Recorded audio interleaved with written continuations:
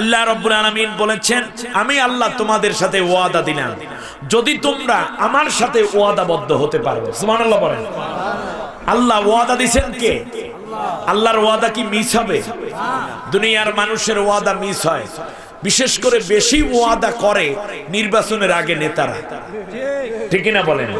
Hang দেবো ত্যাং দেবো, আকাশে চাঁদ এনে দেবো, তারা দিয়ে মালা গাইতে আমার জনগণের গলায় পড়াইয়া দেবো, গরুগুলো সব সিমেন্ট দিয়ে বাদাই করে দেবো, আর জমিনগুলো টিনের মতো শক্ত করে দেবো, ঠিক না বলেন?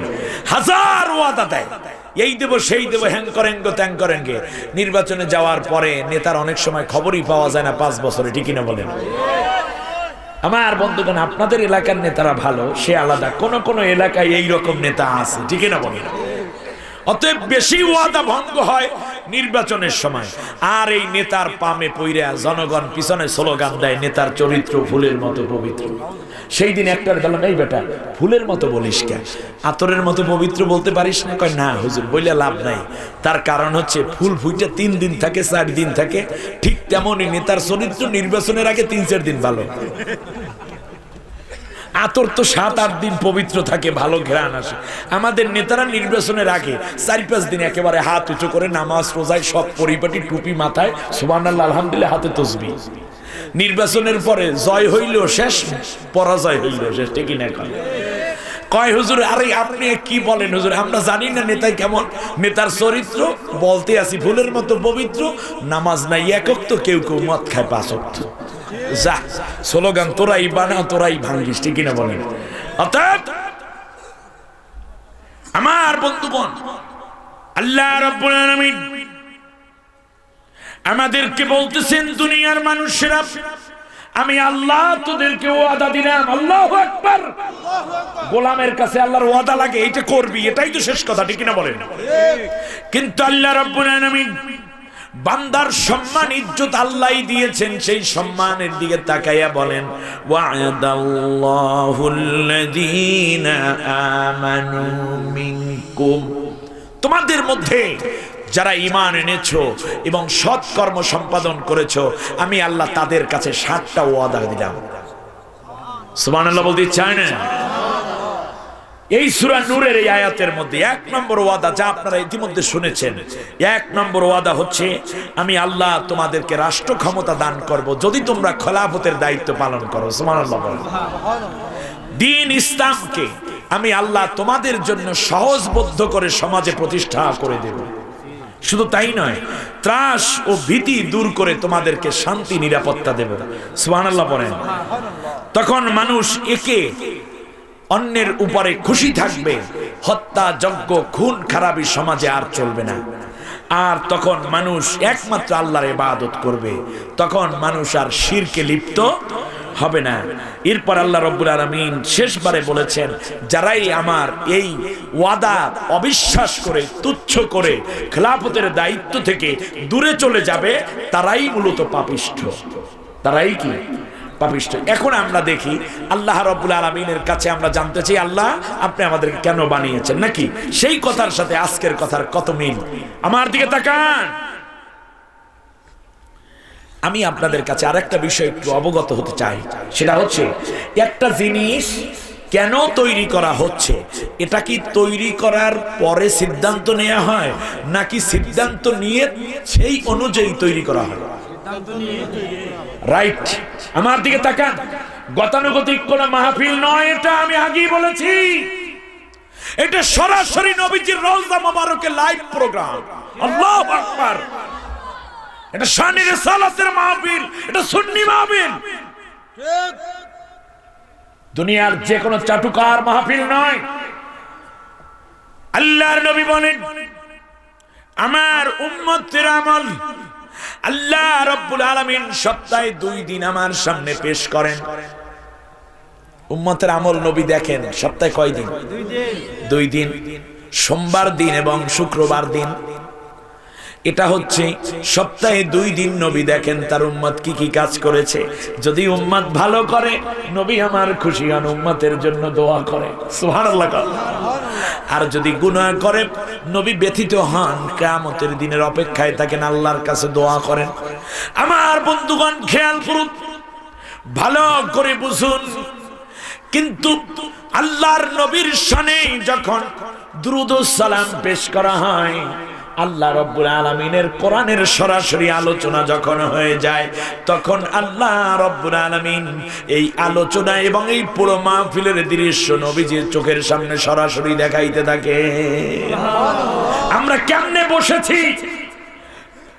আন্তরিকতা আছে না নাই, বেয়াদবি হচ্ছে নাকি আদব হচ্ছে, সরাসরি নবীকে দেখানো হচ্ছে। লাইভ প্রোগ্রাম, টেলিভিশনে দুই রকম প্রোগ্রাম, একটা হচ্ছে আগে রেকর্ডিং করে, তারপর এডিট ফেডিট করে, তারপর অন এয়ার করে। আর একটা হচ্ছে লাইভ প্রোগ্রাম, যা দেখায় সরাসরি দেখতে পাওয়া যায়, দর্শকরা দেখে, ঠিক না বলে? আমাদের এই প্রোগ্রাম সরাসরি লাইভ হচ্ছে, আপনার বসাটাও নবী দেখতেছেন, বসার মধ্যে যেন বেয়াদবি না হয়, কথার মধ্যে যেন নবীর কলিজায় ব্যথা না লাগে। খুব সাবধান।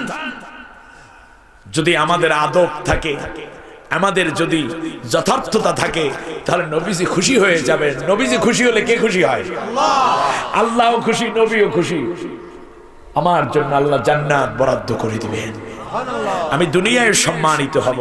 আর যদি নবী বেশি খুশি হয়, হয়তোবা ঘুমের মধ্যে স্বপ্নে নবীজি জিয়ারত নসিব করে দিতে পারেন, ঠিক না বলে?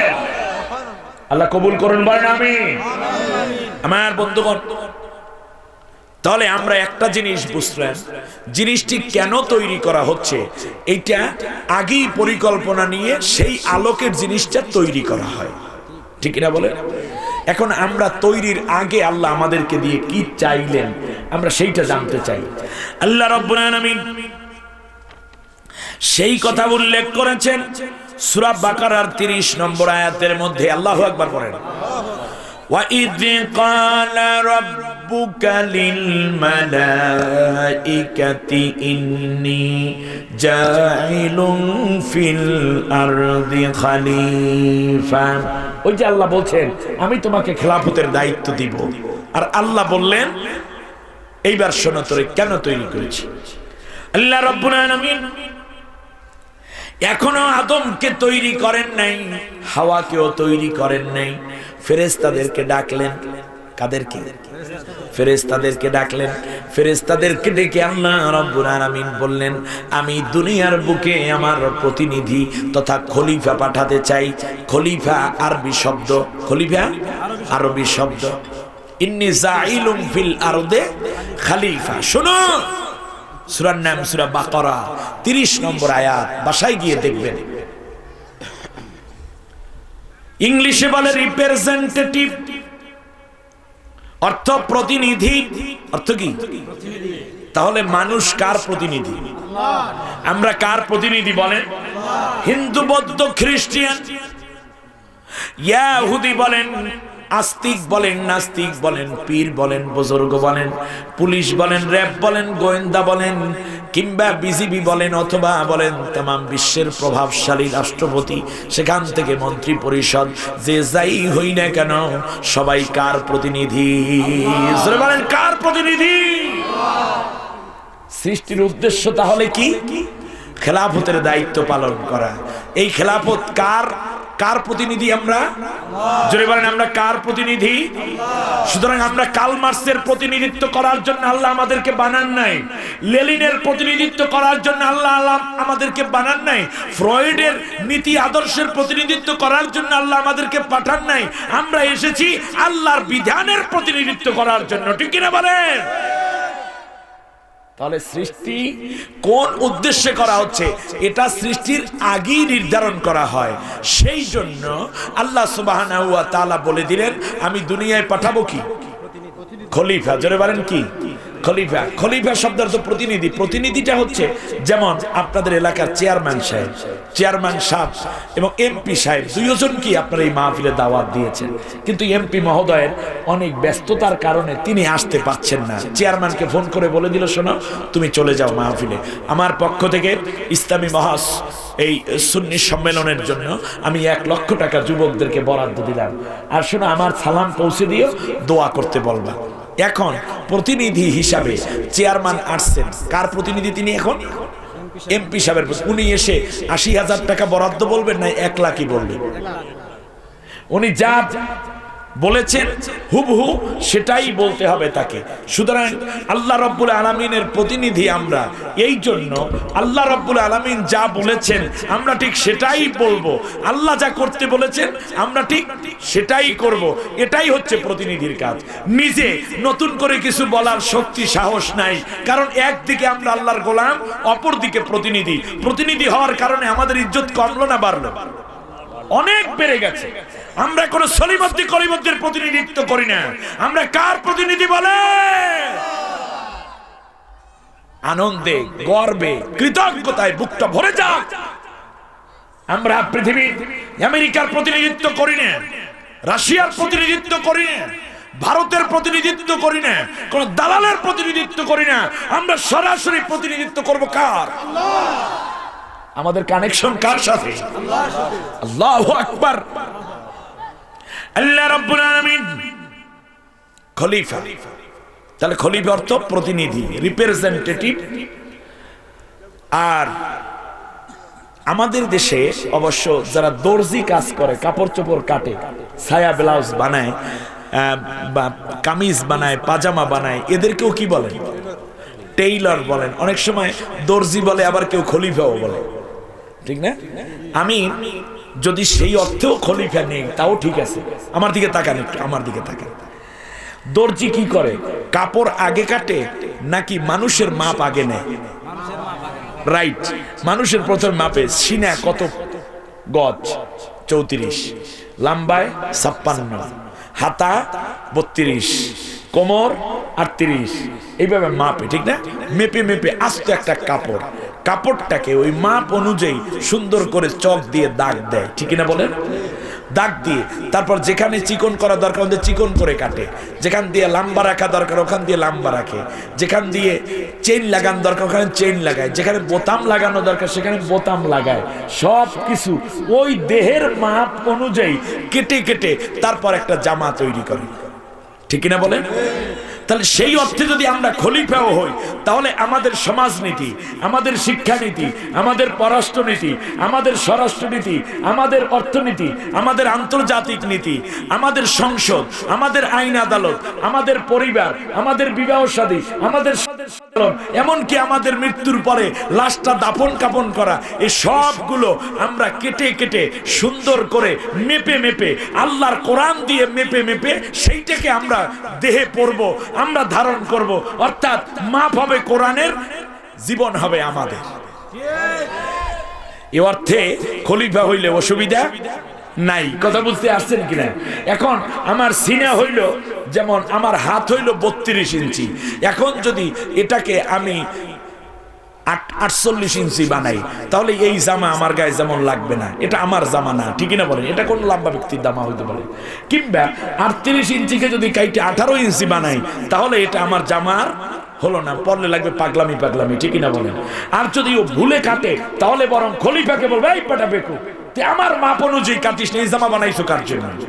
ঠিক তেমনই আল্লাহ রাব্বুল আলামিন আমাদেরকে খেলাফতের দায়িত্ব দিয়েছেন এজন্য, যাতে করে আমি আল্লাহর কোরআনের বিধান অনুযায়ী সমাজের প্রতিটি পরতে পরতে যেখানে আমি আল্লাহ যতটুকু মাপ দিয়ে ওটাকে সাজিয়েছি ওইভাবেই তোমরা সাজাবা, নতুন করে কিছু বাড়াবাও না কমাবাও না, যা মাপ দিয়েছি ঠিক তাই, তাহলেই তুমি খলিফা, খেলাফতের দায়িত্ব পালন করেছো। আল্লাহ রাব্বুল আলামিন এজন্য সূরা বাকারার 38 নম্বর আয়াতের মধ্যে বলেছেন, ফাইম্মা ইয়াতিয়ান্নাকুম মিন্নি হুদা ফামান তাবিআ হুদায়া ফালা খাউফুন আলাইহিম ওয়ালা হুম ইয়াহজানুন। আল্লাহু আকবার বলবেন না? আল্লাহ রাব্বুল আলামিন বলেন, আমি আল্লাহ তোমাদের জন্য তোমাদের জীবন উপকরণ এবং তোমাদের দুনিয়ায় শান্তি আখিরাতে জান্নাতি হওয়ার জন্য আমি আল্লাহ হেদায়েত দিয়ে দিলাম, মানে কোরআন নাজিল করলাম, কিতাব নাজিল করলাম। এই অনুযায়ী যারা চলবে, আমার হেদায়েত তথা আমার বিধানের শাসন অনুশাসন আইন ও কানুন এবং এই অনুযায়ী ইবাদত বন্দেগী আমল আখলাক যারা গঠন করে আসবে, তাদের জন্য কোনো ভয় নাই, পরকালেও তাদের কোনো দুশ্চিন্তায় পড়তে হবে না। কার কথা? এরপরে 39 নম্বর আয়াত সূরা বাকারার মধ্যে আল্লাহ তাআলা এর বিপরীত একটা কথা বলেছেন, ওয়াল্লাযীনা কাফারু ওয়া কাযযাবু বিআয়াতিনা উলাইকা আসহাবুন নার হুম ফিহা খালিদুন। আর যারাই আমি আল্লাহর বিধানকে অমান্য করবে, আমি আল্লাহর কোরআনের মাপকে যারা লঙ্ঘন করে ফেলবে, আমি আল্লাহর কোরআনের আইন ও শাসনকে যারা লঙ্ঘন করবে, আমি আল্লাহর কোরআনের হুকুম আহকামকে যারা ত্যাগ করবে, অস্বীকার করবে, তাদের জন্য রয়েছে জাহান্নাম, আর সেই জাহান্নামে তারা অনন্তকাল ধরে জ্বলবে। নাউজুবিল্লাহ পড়েন। আমার বন্ধুগণ, এবারে আসি, ফেরেশতারা যখন এই কথা শুনলো খলিফা প্রেরণ করবে, আদম কিন্তু এখনো বানায় নাই, তিনি আদম বলেন নাই, বলেছেন কি পাঠাবেন? খলিফা। তাহলে আমাদের সৃষ্টির উদ্দেশ্যটা কি? তাহলে প্রতিনিধিত্ব করা, খেলাফত। যেমন আল্লাহ তাআলা এই আয়াতের মধ্যে বলেছেন, তোমাদেরকে আমি মূলত খেলাফতের দায়িত্ব পালন করার জন্যই তোমাদেরকে আমি আল্লাহ মনোনীত করেছি। সুবহানাল্লাহ বলেন। এবারে আসুন, তাহলে প্রথমে কিন্তু আমি বলে রেখেছিলাম যে যেই জিনিস যেই উদ্দেশ্যে তৈরি করা হয়েছে ওই উদ্দেশ্য বাস্তবায়ন করলে দয়া করা, ঠিক না? আর যদি উদ্দেশ্য সাধনে ব্যর্থ হয় তাহলে ডাস্টবিনে। আল্লাহ রাব্বুল আলামিন মানবতার জন্য দুনিয়ায় যে ডাস্টবিন বানিয়েছেন ওইটার নাম হচ্ছে আল্লাহর গজব, ঠিক না বলেন? আর পরকালে এই গজব প্রাপ্ত মানুষদের জন্য যে ডাস্টবিন, ওটার নাম জাহান্নাম। কথা বুঝে আসছে কিনা? সুতরাং আমরা আল্লাহর কাছ থেকে এখন জেনে নিচ্ছি এক এক করে যে আল্লাহ আপনি আমারে কেন বানাইলেন। এখন ফেরেশতারা এই জায়গায় দুইটা মন্তব্য করেছে। কয়টা বলেন? দুইটা। আমি জ্ঞানীদের জন্য কথা বলছি, খুব খুলুসিয়াতের সাথে কথাগুলো শুনুন। হতে পারে আমার আপনার জীবনের নতুন একটি দিক আল্লাহ আমাদেরকে হেদায়েত দিয়ে দিবেন, ঠিক না বলেন? আল্লাহ রাব্বুল আলামিনের ফেরেশতারা আল্লাহ তাআলার সামনে দুইটা মন্তব্য করলো। রব্বুল আলামিন ক্বালু আতাজআলু ফিহা মান ইউফসিদু ফিহা ওয়া ইয়াসফিকুদ দিমাআ ওয়া নাহনু নুসাব্বিহু বিহামদিকা ওয়া নুকদ্দিসু লাক ক্বালা ইন্নী আ'লামু মা লা তা'লামুন। কার কথা বলবেন না একটু? আল্লাহ রাব্বুল আলামিন সূরা বাকারার 30 নম্বর আয়াতের মধ্যে বললেন, দুনিয়ার মানুষেরা, তোকে তৈরি করার আগেই আমি আল্লাহ সিদ্ধান্ত দিয়েছি তুই আমার খলিফা হবি। এটাই হলো তোমাকে তৈরি করার মূল উদ্দেশ্য। তাহলে আমাদেরকে তৈরি করার 1 নম্বর এবং কেবলমাত্র টার্গেট হচ্ছে আমরা একমাত্র প্রতিনিধি কার? পৃথিবীর। অন্য কোন মতাদর্শ, অন্য কোন নেতার প্রতিনিধিত্ব করার জন্য আল্লাহ আমাদেরকে বানান নাই। আর আল্লাহর এই উদ্দেশ্য সাধনে, আল্লাহর হুকুমের প্রতিনিধিত্ব করতে যদি আমরা ব্যর্থ হই, তাহলে কলম ব্যর্থ হলে যেমন ডাস্টবিনে, তাহলে আমরাও ডাস্টবিনে পড়তে বাধ্য, ঠিক না বলেন? কথা বুঝতে খুব কষ্ট হচ্ছে আপনাদের? আমার বন্ধুগণ খেয়াল করুন, ফেরেশতারা দুইটা মন্তব্য করেছে, একটা পুরাপুরি পজিটিভ আর একটা পুরাপুরি নেগেটিভ। ফেরেশতারা প্রথমে বলল ক্বালু আতাজআলু ফিহা মা ইউফসিদু ফিহা ওয়া ইয়াসফিকুদ দিমা। দেখুন মন্তব্য কত জটিল। আল্লাহ তাআলা, তুমি দুনিয়ায় খলিফা পাঠাবা কেন? তারা দুনিয়ায় গিয়ে মারামারি করবে, শুনতেছেন আমার কথা? মারামারি করবে, কাটাকাটি করবে, হিংসা বিদ্বেষ করবে, রক্তপাত করবে, ঝগড়া ফাসাদ করে দুনিয়ায় বিপর্যয় সৃষ্টি করবে। এ হলো একটা মন্তব্য। ঠিক এই আয়াতের পরের অংশে ফেরেশতারা বলল, রব্বুল আলামিন ওয়া নাহনু নুসাব্বিহু বিহামদিকা ওয়া নুকদ্দিসু লাক ক্বালা ইন্নী আ'লামু মা লা তা'লামুন। আল্লাহ গো, একদিকে বলল কি দুনিয়ায় গিয়ে তারা কি করবে, মারামারি করবে, কাটাকাটি করবে, হিংসা বিদ্বেষ করবে, খুন খারাপি করবে, ডাকাতি করবে, ঝগড়া ফাসাদ বিপর্যয় সৃষ্টি করবে। পরের কথাটা তারা বলল পজিটিভলি, আল্লাহ তাআলা আমরাই তো তোমার তাসবিহ করতেছি, ওয়ানাহনু নুসাব্বিহু বিহামদিকা, আমরাই তোমার প্রশংসা করছি, আমরা তোমাকে রুকু করছি, আমরা তোমাকে সেজদা করছি, আমরাই তো তোমাকে সুবহানাল্লাহ পড়ছি, আলহামদুলিল্লাহ পড়ছি, আল্লাহু আকবার পড়ছি কোটি কোটি বছর ধরে। আল্লাহ তাআলা নতুন করে আবার কেন দুনিয়ায় তুমি খলিফা প্রেরণ করবা? তখন আল্লাহ তাআলা বললেন, ইন্নী আ'লামু মা লা তা'লামুন। আমার কথা কান খাড়া করে শুনুন জ্ঞানীরা। ফেরেশতারা বলল মারামারি কাটাকাটি রক্তপাত করবে। এরপর বলল আমরাই তোমার জিকির আজকার করছি, তাসবিহ তাহলিল করছি, নাহানু নুসাব্বিহু বিহামদিকা, আমরা সুবহানাল্লাহ পড়ছি, আলহামদুলিল্লাহ পড়ছি, তোমার তারিফ করছি। আল্লাহ নতুন করে আবার খলিফা দিয়ে কেন তুমি এই তাসবিহ তাহলিল পড়াবা? নতুন কারে আর তো দরকার নাই, আমরা তো আছি। ঠিক আছে কি না? এখন আল্লাহ কি বললেন, ইন্নী আ'লামু মা লা তা'লামুন, আমি যা জানি তোমরা তা জানো না। অর্থাৎ তোমরা বুঝতে পারো নাই খলিফা কাকে বলে। কথা বুঝে আসছে কিনা? অর্থাৎ আল্লাহ এই আয়াত দ্বারা বুঝিয়ে দিলেন মারামারি করা, শুনুন, মারামারি করা, কাটাকাটি করা, হিংসা বিদ্বেষ করা, মানুষ খুন করা, হত্যা করা, মানুষের বাড়িঘর আগুন দিয়ে পুড়িয়ে দেয়া, অপরের জীবন এবং সম্পদ নষ্ট করা, রক্তপাত করা, দুনিয়ার বুকে ফাসাদ বিপর্যয় সৃষ্টি করা, এটাও যেমন খলিফার কাজ নয়, ঠিক তেমনি খেলাফত যেই উদ্দেশ্যে তাকে তৈরি করেছি সেই কাজ বাদ দিয়ে তারা সুবহানাল্লাহ আলহামদুলিল্লাহ তাসবিহ পড়বে, এটাও খলিফার মূল উদ্দেশ্য। খেয়াল করেন নাই মনে হয়, খেয়াল করেন নাই কথাটা। ফেরেশতারা বলছে দুই ধরনের কথা। একটা বলল মারামারি কাটাকাটি, পরবর্তীতে তো ভালোই বলছিল যে আমরাই তো সুবহানাল্লাহ আলহামদুলিল্লাহ পড়ি, নতুন করে আবার সুবহানাল্লাহ আলহামদুলিল্লাহ পড়ার জন্য তুমি খলিফা বানাবা কেন? আল্লাহ রাব্বুল আলামিন বললেন ইন্নী আ'লামু, অর্থাৎ আমি যা জানি তোমরা তা জানো না। এর অর্থ হচ্ছে তোরা খলিফা বলতে যা বুঝিস, ফেরেশতারা আসলে খলিফা ওই জিনিস না, খলিফা ভিন্ন জিনিস। অতএব ওই মারামারি করা, কাটাকাটি, হিংসা বিদ্বেষ করাও খলিফার কাজ নয়, আর বৈশা বৈশা সুবহানাল্লাহ আলহামদুলিল্লাহ পড়াও দুইও কাজের সামনে গিয়ে বললেন দুইটা মন্তব্যই তোমাদের ভুল খলিফার ব্যাপারে, ঠিক না বলেন? ইন্নী আ'লামু মা লা তা'লামুন। এখানে যারা শিক্ষক আছেন, আপনাকে বলা হলো, আপনার ছাত্র এরকম প্রশ্ন আসলো ক্লাস 5-এ যে তোমরা তোমাদের স্কুলের উপরে একটা রচনা লেখো। সেই ছেলে লেখছে গরুর রচনা, বলছে তুমি লেখো আমার স্কুল। সে আমার স্কুলের বর্ণনা না দিয়ে সে গরুর বর্ণনা দিয়েছে।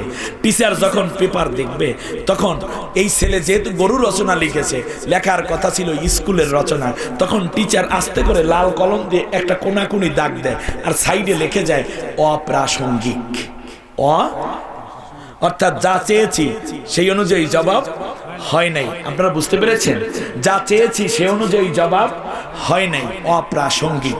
ঠিক তেমনি আল্লাহ রাব্বুল আলামিন বলে দিলেন ফেরেশতারা শোন, ফেরেশতারা শোনো, ওই মারামারি কাটাকাটি করাও যেমন খলিফার কাজ নয়, ঠিক তেমনি সুবহানাল্লাহ আলহামদুলিল্লাহ পড়ে খেলাফতের দায়িত্ব বাদ দিয়ে বসে থাকাটাও আমার সৃষ্টির উদ্দেশ্য।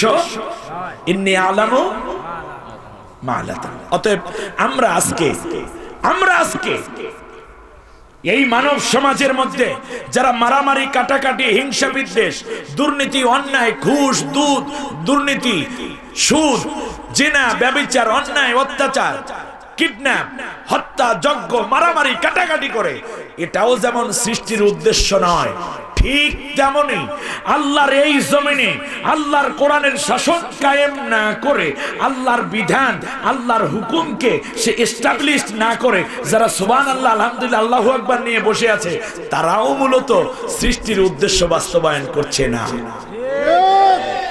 ইন্নী আ'লামু মা লা, কারণ দুইও ব্যাপারেই আল্লাহ বলেছেন ইন্নী আ'লামু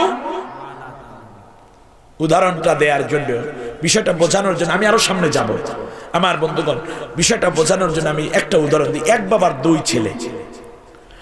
ছেলে, এক ছেলের নাম হচ্ছে আব্দুর রহিম, আর একজনের নাম আব্দুর রহমান। বাবা বেলা 3টার দিকে আব্দুর রহিমের হাতে দিয়েছে 500 টাকা, আব্দুর রহমানকে দিয়েছে 500 টাকা। আমার কথা আপনারা শুনতে পাচ্ছেন ভাইরা আমার? টাকাটা দিয়ে বাবা বললেন তুমি চলে যাও বাজারে, দুইও ভাই বাজারে গিয়ে, এখানে কাছাকাছি বাজার কোনটা? বাংলা বাজার, রাইট। এই বাংলা বাজারে যাবে। বাংলা বাজারে গিয়ে এক ছেলেকে বলল তুমি আমার জন্য একটা লুঙ্গি আর একটা গামছা কিনে নিয়ে আসবা। আর এক ছেলেকে বলল তুমি একটা ইলিশ, একটা কদু চিনেন? লাউ মানে কদু, এ কদু নিয়ে আসবা। মেহমান আসবে, আমার খাইতে ইচ্ছে করে যে ইলিশ মাছ দিয়ে লাউ তরকারি, খুব মজা হয়, এটা নিয়ে আসবা তুমি। তো দুই ছেলেকে 500 করে টাকা দিয়েছে। এক ছেলে বাজারের মধ্যে গিয়ে, সে আবার একটু মোস্তান। সে আবার কি মোস্তান? আমাদের দেশে মোস্তান আছে না? মোস্তান সেই দিন ফার্সি লোগাতের মধ্যে দেখলাম, ফার্সি ডিকশনারিতে মোস্তান শব্দের অর্থ পাড়া ছাগল। মোস্তান অর্থ কি? পাড়া ছাগল। এখানে যারা ফার্সি জানেন তাদের মনে থাকার কথা। মোস্তান অর্থ পাটা ছাগল। আমি চিন্তা করলাম পাড়া ছাগল কেন? এর মানে হচ্ছে, দেখেন মোস্তান কারে কয়? গলার মধ্যে কতগুলা চেইন পরে আছে মোটা মোটা, হাতের মধ্যে মোটা মোটা ছুরি, এরপরে প্যান্ট কবে পরছে আল্লাহ জানে, ওই নিজেও জানে না, বড় বড় চুল, দাড়ি মোছ একাকার, এরপরে এক পকেটের মধ্যে গাঞ্জা আর এক পকেটে অস্ত্র, চোখ দুইটা লাল, ঠিক না বলি? টাকা দিয়া ল। নাম কি? মোস্তানের বড়টার নাম হইল টেরর। টেররের বড় যেটা ওইটার নাম টপ টেরর। টপ টেররের বড় যেটা ওইটারে বলে গডফাদার। আমরা চোখের সামনে দুই একটা মোস্তান দেখি, পুলিশেরা ধরে এই মোস্তানদেরকে, কিন্তু টেরর, টপ টেরর, গডফাদারের সাইড পাশেও যাইতে পারতেছে না, ঠিক না কর? অথচ এই গডফাদাররাই দেশটা মূলত অন্যায়ের মধ্যে ডুবাইয়া দেয়, ঠিক না বলেন? আমার বন্ধুগণ, যে কথা বলছিলাম, এই মোস্তান গিয়ে, তার নাম হইল আব্দুর রহমান। বাবা দয়া ভালো করে নাম রেখেছে। তাকে বলছে তুমি মাছ কিনে আনবা আর কদু কিনে আনবা। আব্দুর রহিমকে দেশে গামছা এবং লুঙ্গি কিনতে, কথা শুনতেছেন আপনারা? এরপরে দেখা গেল যে উনি, এই আব্দুর রহমান গিয়ে কদু এবং ইলিশ মাছ ঠিকই কিনেছে, কিন্তু উনি হলো মোস্তান টাইপের। সে মাছ কিনবে, মাছ এবং কদু নিয়েছে ঠিক, কিন্তু টাকা দেবে না। আমাদের দেশে এইরকম কিছু বেহায়া টাইপের ভিক্ষুক আছে না, নাম দেশে মোস্তান, আসলে খায় মানুষেরটা, ফাও খাইতে চায়, ঠিক না বলেন? আল্লাহর কাছে জবাব দিতে হবে। এই বেটা, এই বাজার আমার বাবার, আমার দল ক্ষমতায়, তুই কদু তো দূরের কথা, আমার বাড়িতে কদু দিয়ে আসো নাই, যেই জন্য বেয়াদবি হয়েছে, কান্দরি উঠবস কর। ইলিশ মাছ নিয়ে আমাদের বাজারে উঠছিস, একটা ইলিশের কি টাকা চাস? সব মাছওয়ালারা ধৈর্য জন্মের মতো দিচ্ছে শেষা। ও মোটামুটি কিলাইয়া কুলাইয়া 2-3 জনের নাক ফাটাইছে, ওর নিজেরও নাক ফাটছে, জামা ছিঁড়ে গেছে, মানুষেরা ধৈর্য মাথায় একজনে দিছে ফাটাইয়া, বেহুশ হয়ে পড়ছে, তাড়াতাড়ি করে ক্লিনিকে ভর্তি করাইছে। ভর্তি করানোর পরে হুশ ফিরে আসতে চিকিৎসা নিয়ে যেতে যেতে রাত 12টা। কথা বুঝছেন কি? এখন বাজারে কদুও নাই, ইলিশ মাছও নাই। আর এক ছেলে যাকে গামছা এবং লুঙ্গি আনতে পাঠাইছে, ও চিন্তা করলে আসরের আজান দিছে, আমি একটু মসজিদের ভিতরে ঢুকি। মসজিদের ভিতরে ঢোকার পর দেখতেছে কিছু লোকেরা জিকির আজগার করে, দিনের কিছু কথাবার্তা বলে, এজন্য বসে পড়ছে ওখানে। বসে পড়ার পরে দেখলো মাগরিবের ওয়াক্ত হয়ে গেছে। মাশাআল্লাহ, মাগরিব পর্যন্ত সে রয়েছে। মাগরিবের পরে হালকায় জিকির হচ্ছে, ও ওখানে বসে হালকায় জিকিরে লিপ্ত হয়ে গেছে। ঈশা নামাজের আজান হয়েছে, আজানের পরে আরো কিছু তালিমি কথাবার্তা হয়েছে। ওর কাছে খুব ভালো লাগলো। ভালো লাগতে লাগতে লাগতে লাগতে শেষ পর্যন্ত 10টা বেজে গেছে। এখন মসজিদের ইমাম সাহেব এসে বলে, ভাই আমার সাথে দুটো ভাত খান। কই মাগনা খাবার খাইয়ে যাই, অসুবিধা কি, বরকতের খাবার। খাইছে ভাত, ভাতটাত খাওয়ার পর বলে যে ভাই বসেন, পান টান খাই, একটু গল্প গুজব করি, আমার একজন বিয়াই আসবে তো, আমার একা ভাল লাগে না, বসেন এখানে দিনের কিছু আরো কথা শুনে। শুনতে শুনতে রাত 12টা। 12টার পরে পাগলায় বের হয়েছে, বাস বাড়িতে যাবে। বাবা নিতে বলছে কি লুঙ্গি এবং গামছা। এজন্য কাপড় পট্টিতে ঢুকে পড়ছে, ঢুকিয়া দেখে সব দোকানদারেরা দোকান বন্ধ করে চলে গেছে। এখন উনি কাপড় এবং গামছা না কিনেই বাড়িতে রওনা করেছে। রাত 1টার সময় 2 ছেলে হাজির। এক ছেলের মাথায় ব্যান্ডেজ, আধ ভাঙ্গা, এরপর কর্তা ছিঁড়া, রক্ত লেগে আছে জামায়। আর এক ছেলে মোটামুটি হাতের মধ্যে তসবি নিয়ে বাবার সামনে হাজির। এখন বাবা প্রশ্ন করবেন, প্রথম প্রশ্ন, এত রাত হয়েছে কেন? আব্বা একজনে বলবে আমি মাইর খাওয়ার কারণে, মাইর দিয়া মাইর খাওয়া, এই 2 কারণে হুশ হইতে দেরি হয়ে গেছে, এজন্য আসতে দেরি। ঠিক না বলে? আর একজনে বলবে যে আব্বা জিকির আজগার তাসবিহ তাহলিলের মধ্যে এত বেশি মজা লাগছে, মসজিদ থেকে আর বের হতে পারিনি। একটু খেয়াল করুন, প্রকৃত অর্থে বাবার হুকুম 2 ছেলেই তরক করেছে। বাবা তাকে বাজারে জিকির করার জন্য পাঠায় নাই, পাঠিয়েছে গামছা এবং লঙ্গি কেনার জন্য। আর ওকে মারামারি করতে পাঠা নাই, পাঠিয়েছে মাছ আর কদু কেনার জন্য। মাছ কদু কিনতে পারে নাই মারামারি কইরা, মূল উদ্দেশ্য বাস্তবায়ন করে নাই। আর ও তাসবিহ তাহলিল করে মূল উদ্দেশ্য বাস্তবায়ন করে নাই। এখন বাবার চিন্তা হলো এক ছেলেকেও ঘরে উঠতে দেবে না এবং ঘর থেকে বাইর করে দিবে। আপনি বলুন তো দেখি, এখন যে মারামারি করেছে ওকে তো বাইর করবি, কিন্তু যে তাসবিহ তাহলিল করে আসছে তাকে কি ঘরে থাকতে দিলে ন্যায় বিচার হবে? কারণ বাবার হুকুম লঙ্ঘনের ক্ষেত্রে 2 জনের সমান দোষে দোষী। অতএব কেউ যদি চিন্তা করে যে আমি সুবহানাল্লাহ আলহামদুলিল্লাহ আল্লাহু আকবার পড়ে পড়ে একেবারে ওলিয়ে কামেল মাহবুবে সুবহানি কুতুবে রব্বানি হয়ে গেছি, কিন্তু আল্লাহর জমিনে আল্লাহর কোরআনের শাসন নাই, আল্লাহ তাআলার বিধান খেলাফতের দায়িত্ব পালন নাই, তাহলে এই ব্যক্তি সৃষ্টির উদ্দেশ্য বাস্তবায়নে ব্যর্থ হয়েছে। ঠিক তেমনি কেউ যদি মারামারি, কাটাকাটি, হিংসা বিদ্বেষ, রক্তপাত করে সময় নষ্ট করে আল্লাহর জমিনে আল্লাহর দ্বীন প্রতিষ্ঠা না করে মানব রচিত আইন ও শাসন প্রতিষ্ঠার পিছনে লিপ্ত হয়ে থাকে, সেও আল্লাহর হুকুম কায়েমে বাস্তবায়নে, সেও খেলাফতের দায়িত্ব পালনে ব্যর্থ হয়। আল্লাহর কাছে 2 জন সমান অভিযোগে অভিযুক্ত। কথা বুঝে আসছে? কারণ আপনাকে তো বাজারে জিকির করতে বাবা পাঠায় নাই, আপনাকে তো বাবা মারামারি করতে পাঠায় নাই। আল্লাহ তাআলা ঠিক তেমনি আমাদের দুনিয়ার মধ্যে আল্লাহর সৃষ্টির মূল টার্গেট ছিল তুমি খেলাফতের দায়িত্ব পালন করবা। অতএব খেলাফতের দায়িত্ব পালন বাদ দিয়ে অন্য যাই করি না কেন সৃষ্টির উদ্দেশ্য তাতে বাস্তবায়িত। এজন্য সৃষ্টির উদ্দেশ্য বাস্তবায়ন না হলে কলম ফেলে দেন, ঘড়ি ফেলে দেন, চশমা ফেলে দেন, কাপ্রিস ফেলে দেন, সবই ফেলে দেন। আল্লাহ কি আপনার ধরে রাখবে নাকি? আমার ভাইয়েরা খেয়াল করুন, ফেরেশতারা এবার আল্লাহ রাব্বুল আলামিনের সিদ্ধান্তকে বুঝতেই পারে নাই। আমার ভাইয়েরা, আল্লাহ রাব্বুল আলামিন বলতেছেন, দুনিয়ার মানুষেরা শোনো, আজকে আমাদের অবস্থা এমন হয়ে গেছে, আমাদের মুরব্বী, আমাদের বুজুর্গ, আমাদের পীর মাশায়েখ, আমাদের ইমাম সাহেবরা এবং আমরা আলেম ওলামা এমন ভাবে তাসবিহ তাহলিলের সবক দিতেছি, মনে হয় যেন আমরা সব মানুষদেরকে ফেরেশতা বানাইয়া ফেলাবো। ঠিক কিনা বলেন? তো তাসবিহ তাহলিলের যত বেশি সবক দিচ্ছি এর দ্বারা মূলত মনে হয় যেন ফেরেশতা বানাই ফেলাইবে।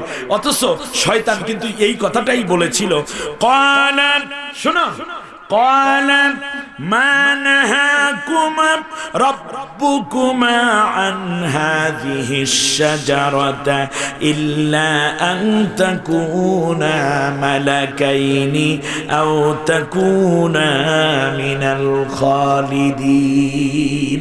সূরার নাম সূরা আরাফ, আয়াত নম্বর 20। কোরআন খুঁজুন। আল্লাহ রাব্বুল আলামিন বলেন, আদম এবং হাওয়াকে যখন শয়তান ওয়াসওয়াসা দিল তখন এইভাবে বলল, ও আদম শোনো, আল্লাহ রাব্বুল আলামিন চায় না তুমি ফেরেশতা হইয়া যাও, তার কারণেই নিষিদ্ধ ফলটা খাইলেই ওয়াসওয়াসা দিয়ে বলতেছে তাহলে তুমি ফেরেশতা হয়ে যাবা। ফেরেশতা হওয়ার লোভ দেখাইছে শয়তানে, কিন্তু মানুষ তো ফেরেশতা হবে না, মানুষ আল্লাহর প্রতিনিধি। ঠিক না বলেন? মানুষ আল্লাহর কি প্রতিনিধি। আমার ভাইয়েরা, এবার আমরা একটু খেয়াল করে দেখি যদি, তাহলে আল্লাহ রাব্বুল আলামিন শুধু আমাদের কি প্রতিনিধি হিসাবে বলেন নাই, বরং এর আগে যত নবী রাসূল সবাই আল্লাহর প্রতিনিধিত্ব করেছেন, ঠিক না বলেন? আল্লাহ রাব্বুল আলামিন বলতেছেন, সূরার নাম সূরা সাদ, আয়াত নম্বর 26, ইয়া দাউদ ইন্না জাআলনাকা খলিফাতান ফিল আরদি ফাহকুম বাইনান নাসি বিল হক ওয়া লা তাত্তাবি'ল হাওয়া فيضلك عن سبيل الله إن الذين يضلون عن سبيل الله لهم عذاب شديد بما نسوا يوم الحساب আল্লাহ রাব্বুল আলামিন বলেন, হে দাউদ, আমি তোমাকে খলিফা করে প্রেরণ করেছি, এমন কি তোমার আগে এবং কিয়ামত পর্যন্ত যারা আসবে সবাইকে আমি খেলাফতের দায়িত্ব দিয়ে এই দুনিয়ায় প্রেরণ করেছি। সুতরাং একমাত্র আমার বিধান অনুযায়ী তুমি জাতির মধ্যে বিচার করে দাও। আমার দেশে কি আল্লাহর কোরআন দিয়ে বিচার হয় না? অথচ সব নবীদেরকে আল্লাহ বলেছেন আমার আইন ও শাসন দিয়ে আমার বান্দাদেরকে চালাবা, তার কারণ বান্দা আমার গোলাম কেবল মনিবের হুকুম মানবে, ঠিক কিনা বলে? কিন্তু আমাদের সমাজনীতি, অর্থনীতি, আইন আদালত কি আল্লাহর হুকুম অনুযায়ী চলে না। আমরা চলি ব্রিটিশের আইন, আমেরিকার আইন অনুযায়ী। সুতরাং বোঝা যাচ্ছে আমরা আল্লাহর গোলাম আর থাকতে পারলাম না।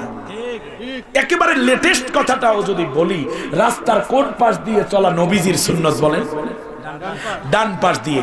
এখন বলেন আমার দেশের তবলিগ জামাতের বড় মুরব্বির গাড়ি, কিংবা আমার দেশের চরমনাই সারসিনা জৈনপুরি হুজুরের গাড়ি, অথবা আমি জামাল উদ্দিন কিংবা আমার ভাইয়ের গাড়ি, এমপি মন্ত্রী মিনিস্টারের গাড়ি, প্রাইম মিনিস্টার প্রেসিডেন্টের গাড়ি রাস্তার কোন পাশ দিয়ে চলে? বাম পাশ দিয়ে। নবীজি বলেছেন রাস্তার ডান পাশ দিয়ে চলা সুন্নত, কিন্তু আমরা এত বড় বুজুর্গ হওয়ার পরে ডান পাশ দিয়ে চলতে পারি না। এর মানে ব্রিটিশরা দেখেছে নবীজির সুন্নত হচ্ছে রাস্তার ডান পাশ দিয়ে চলা, সুতরাং ব্রিটিশের সুন্নত হলো রাস্তার বাম পাশ দিয়ে চলা। এখানে আমরা যে চলি, বলেন তো দেখি, এখন নবীজির সুন্নত না এটা ব্রিটিশদের সুন্নত? এক জায়গায় না, দুনিয়ার সব জায়গায়। এমন কি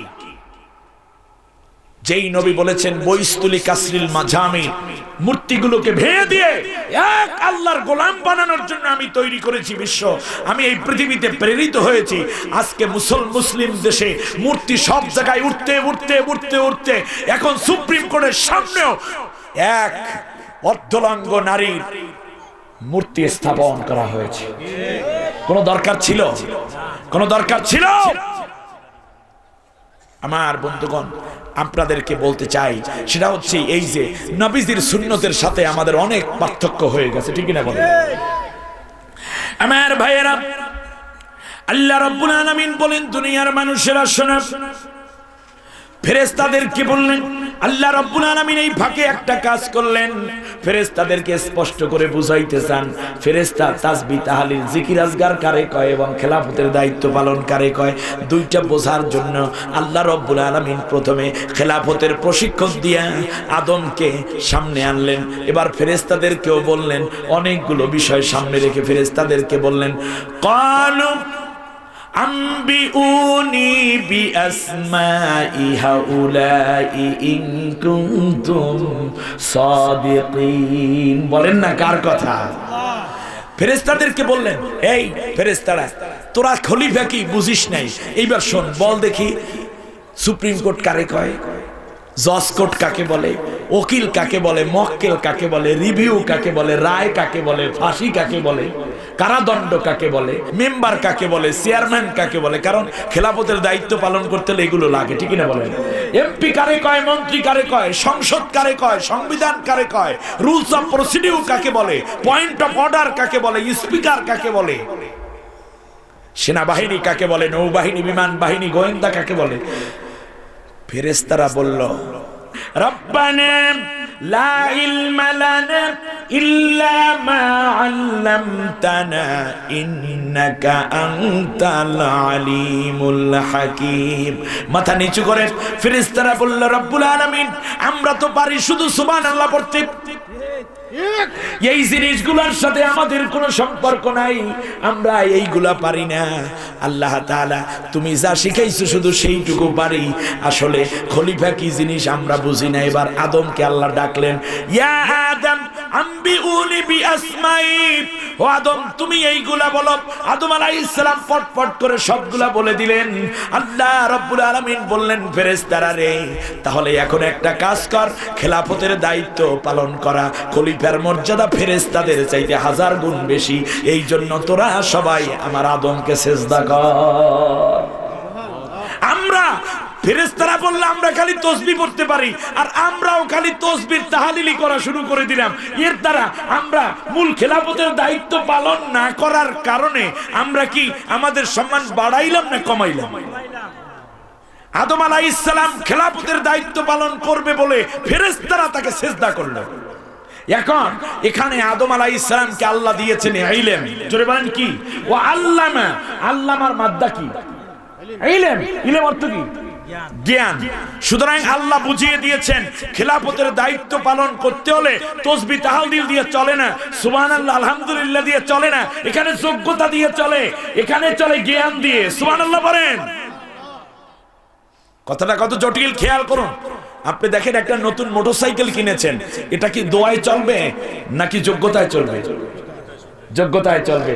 পীর সাহেব নতুন একটা গাড়ি কিনেছে, পীরের মুরিদ খলিফা সেও কিনছে একটা, দুইজনে দুইটা পালসার গাড়ি কিনছে, কিংবা এক একজনে প্রাডো গাড়ি কিনছে। কিনেন বড় গাড়ি, আমরা না করবো না।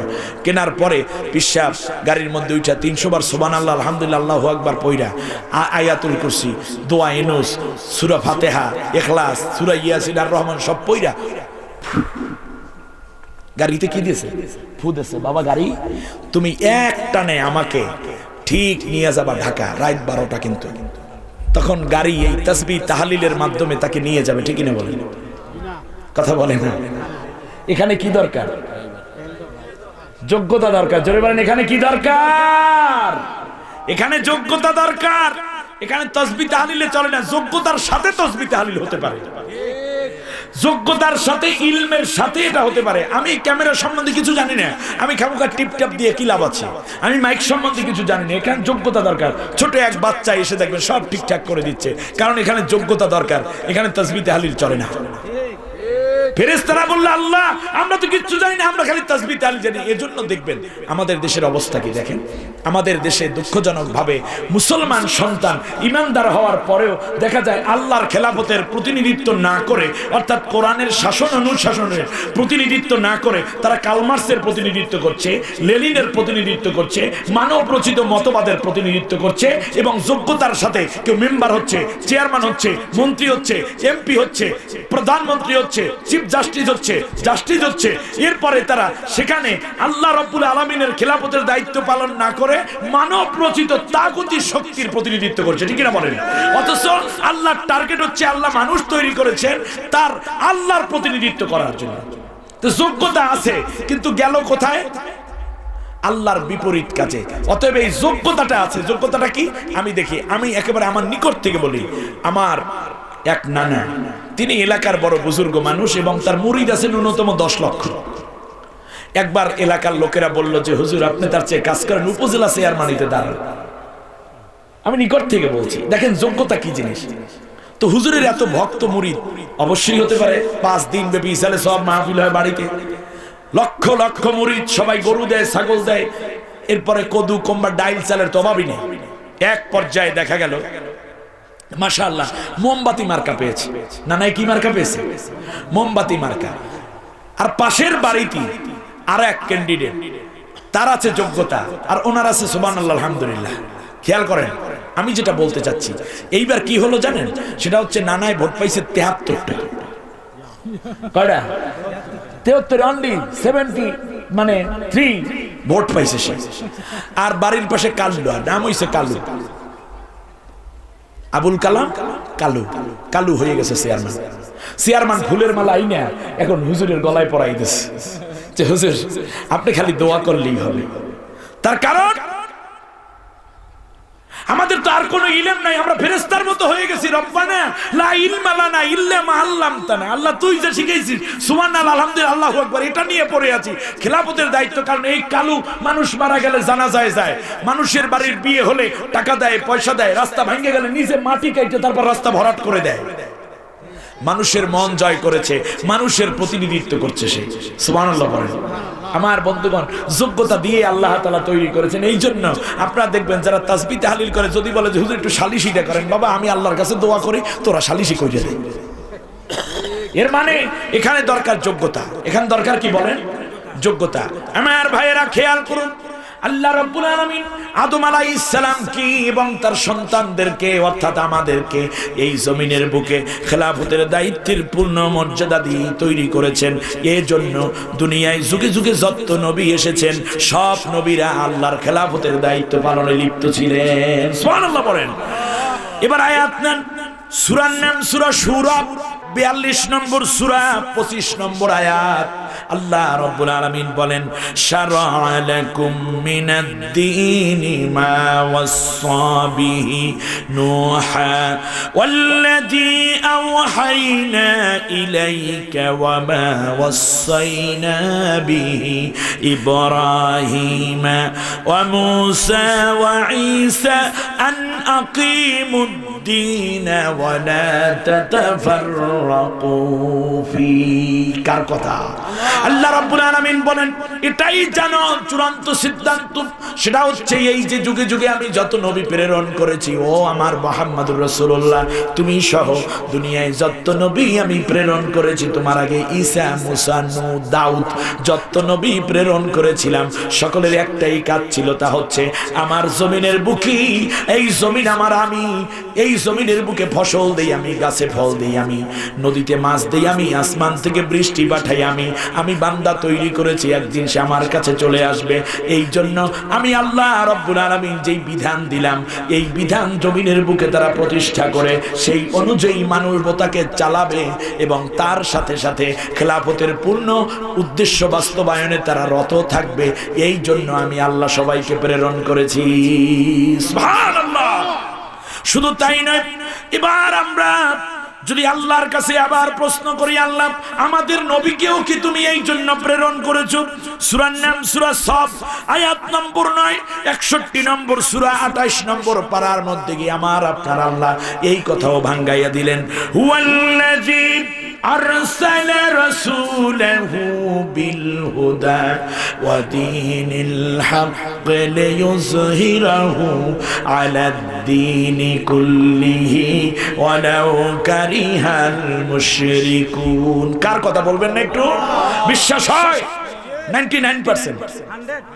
আল্লাহ রাব্বুল আলামিন বলেন, তিনি তো সেই মহান মালিক যিনি দুনিয়ার বুকে তার রাসূলকে প্রেরণ করেছেন এর জন্য যাতে করে তৎকালীন সময়ে আবু জেহেল, আবু লাহাব, উতবা, শাইবাদের যত আইন ও কানুন আছে সবগুলোকে ধূলিসাৎ করে দিয়ে আমি আল্লাহর কোরআনের শাসনের মাধ্যমে খেলাফতের পূর্ণ দায়িত্ব যেন পালন করতে পারে, এই জন্য আমি তাকে প্রেরণ করেছি। এখন দুনিয়ায় এসে কেউ কেউ বলতে পারেন নবীর কাজ হচ্ছে জিকির করা। হ্যাঁ, আমরা জিকির করি, তাসবিহ পড়ি, অবশ্যই পড়তে হবে, বলেন ইনশাআল্লাহ অবশ্যই পড়তে হবে, কিন্তু জিকির করার জন্য আল্লাহ আমাদেরকে পাঠান নাই, তাসবিহ করার জন্য আল্লাহ আমাদেরকে পাঠান নাই। পাঠানোর উদ্দেশ্য হচ্ছে কি? প্রতিনিধিত্ব করা। এবার খেয়াল করুন, প্রতিনিধিত্ব হচ্ছে মূল উদ্দেশ্য। যেমন আমি আপনাদের এই এলাকায় এসেছি, আসার পরে বদরুজ্জামান ভাইয়ের বাসায় আসার সাথে সাথে আমাকে আপেল দিয়েছে, বেদানা দিয়েছে, আঙ্গুর ফল খেতে দিয়েছে, কমলা দিয়েছে, শরবত দিয়েছে, 7 আপ খেতে দিয়েছে। এরপর খাইলাম, খাওয়ার পরে কিছুটা বিশ্রামের পরে মাগরিব ওয়াক্ত, মাগরিবের নামাজ পড়লাম, তারপর আরেকটু শুয়ে থাকলাম। কিছুক্ষণ পরে মুরগি, মাছ, গোশত, গরুর গোশত, তারপর ভাজি, তারপর সবজি, তারপরে ডাল, শাক, এরকম অনেক আইটেমের খাবার আমাকে দিল। খাবার টাবার খেয়ে আমি একটু শুয়ে পড়লাম। এখন আমাকে বলল যে আপনারাই এই মাহফিলের কর্তৃপক্ষরা গিয়ে বলল, হুজুর চলেন, আপনাকে ওয়াজ মাহফিল করার জন্য যেতে হবে মাঠে। তখন আমি যদি বলি যে ভাই আমি আপনাদের উপর খুব খুশি এবং রাজি আছি, আল্লাহ আপনার 14 গোষ্ঠী যারা মরে গেছে সবগুলোকে জান্নাতুল ফেরদাউস দেখ, আমি মুসাফির মানুষ, এত সুন্দর বিছনা, ফ্যানের নিচে আবার কম্বল গায়ে, মশা মাছি যা আছে মশাই একটু টানাই দেন, আমি একটু ঘুমাই, আল্লাহ বিল্লাহ করে সুবহানাল্লাহ আলহামদুলিল্লাহ, রাত্রে তাহাজ্জুদ পড়বো, প্রয়োজনে 10 পারা কোরআন পড়ে দোয়া দরুদ করবো, আমি মাহফিল করতে যাইতাম না। আমারে কি মনে করবি স্ক্রু একটাও ঢিলা নাকি সব ঢিলা? সব ঢিলা। কারণ কি? কারণটা কি? কারণ হচ্ছে উদ্দেশ্য হচ্ছে ওয়াজ করা, উদ্দেশ্য কমলা খাওয়া না, উদ্দেশ্য সাধন করতে গিয়ে কমলা খাইতে হয়, শরীরে শক্তি না হলে কি খাবে, কেমনে ওয়াজ করে? আসছি মেহমান হিসেবে দুটো ভাত খাওয়াইছে, কিন্তু এইটা মূল উদ্দেশ্য না। মূল উদ্দেশ্য হচ্ছে কি? ওয়াজ করা। এখন যদি মূল উদ্দেশ্য বাদ দিয়া খাওয়ান দাওয়ান নিয়ে বসে থাকি, তাহলে আমার স্ক্রু ঢিলে মনে করেন। আর আল্লাহ তাআলা মূল উদ্দেশ্য খেলাফতের দায়িত্ব পালন করা। এখন আপনি শুধুমাত্র পাঞ্জাবি টুপি আর সুবহানাল্লাহ আলহামদুলিল্লাহ লইয়া বসে রয়েছেন, আল্লাহ বলতেছেন খেলাফতের দায়িত্ব পালন করতেছি, স্ক্রু কি ঢিলে আছে কিনা একবার চিন্তা করা দরকার, ঠিক না?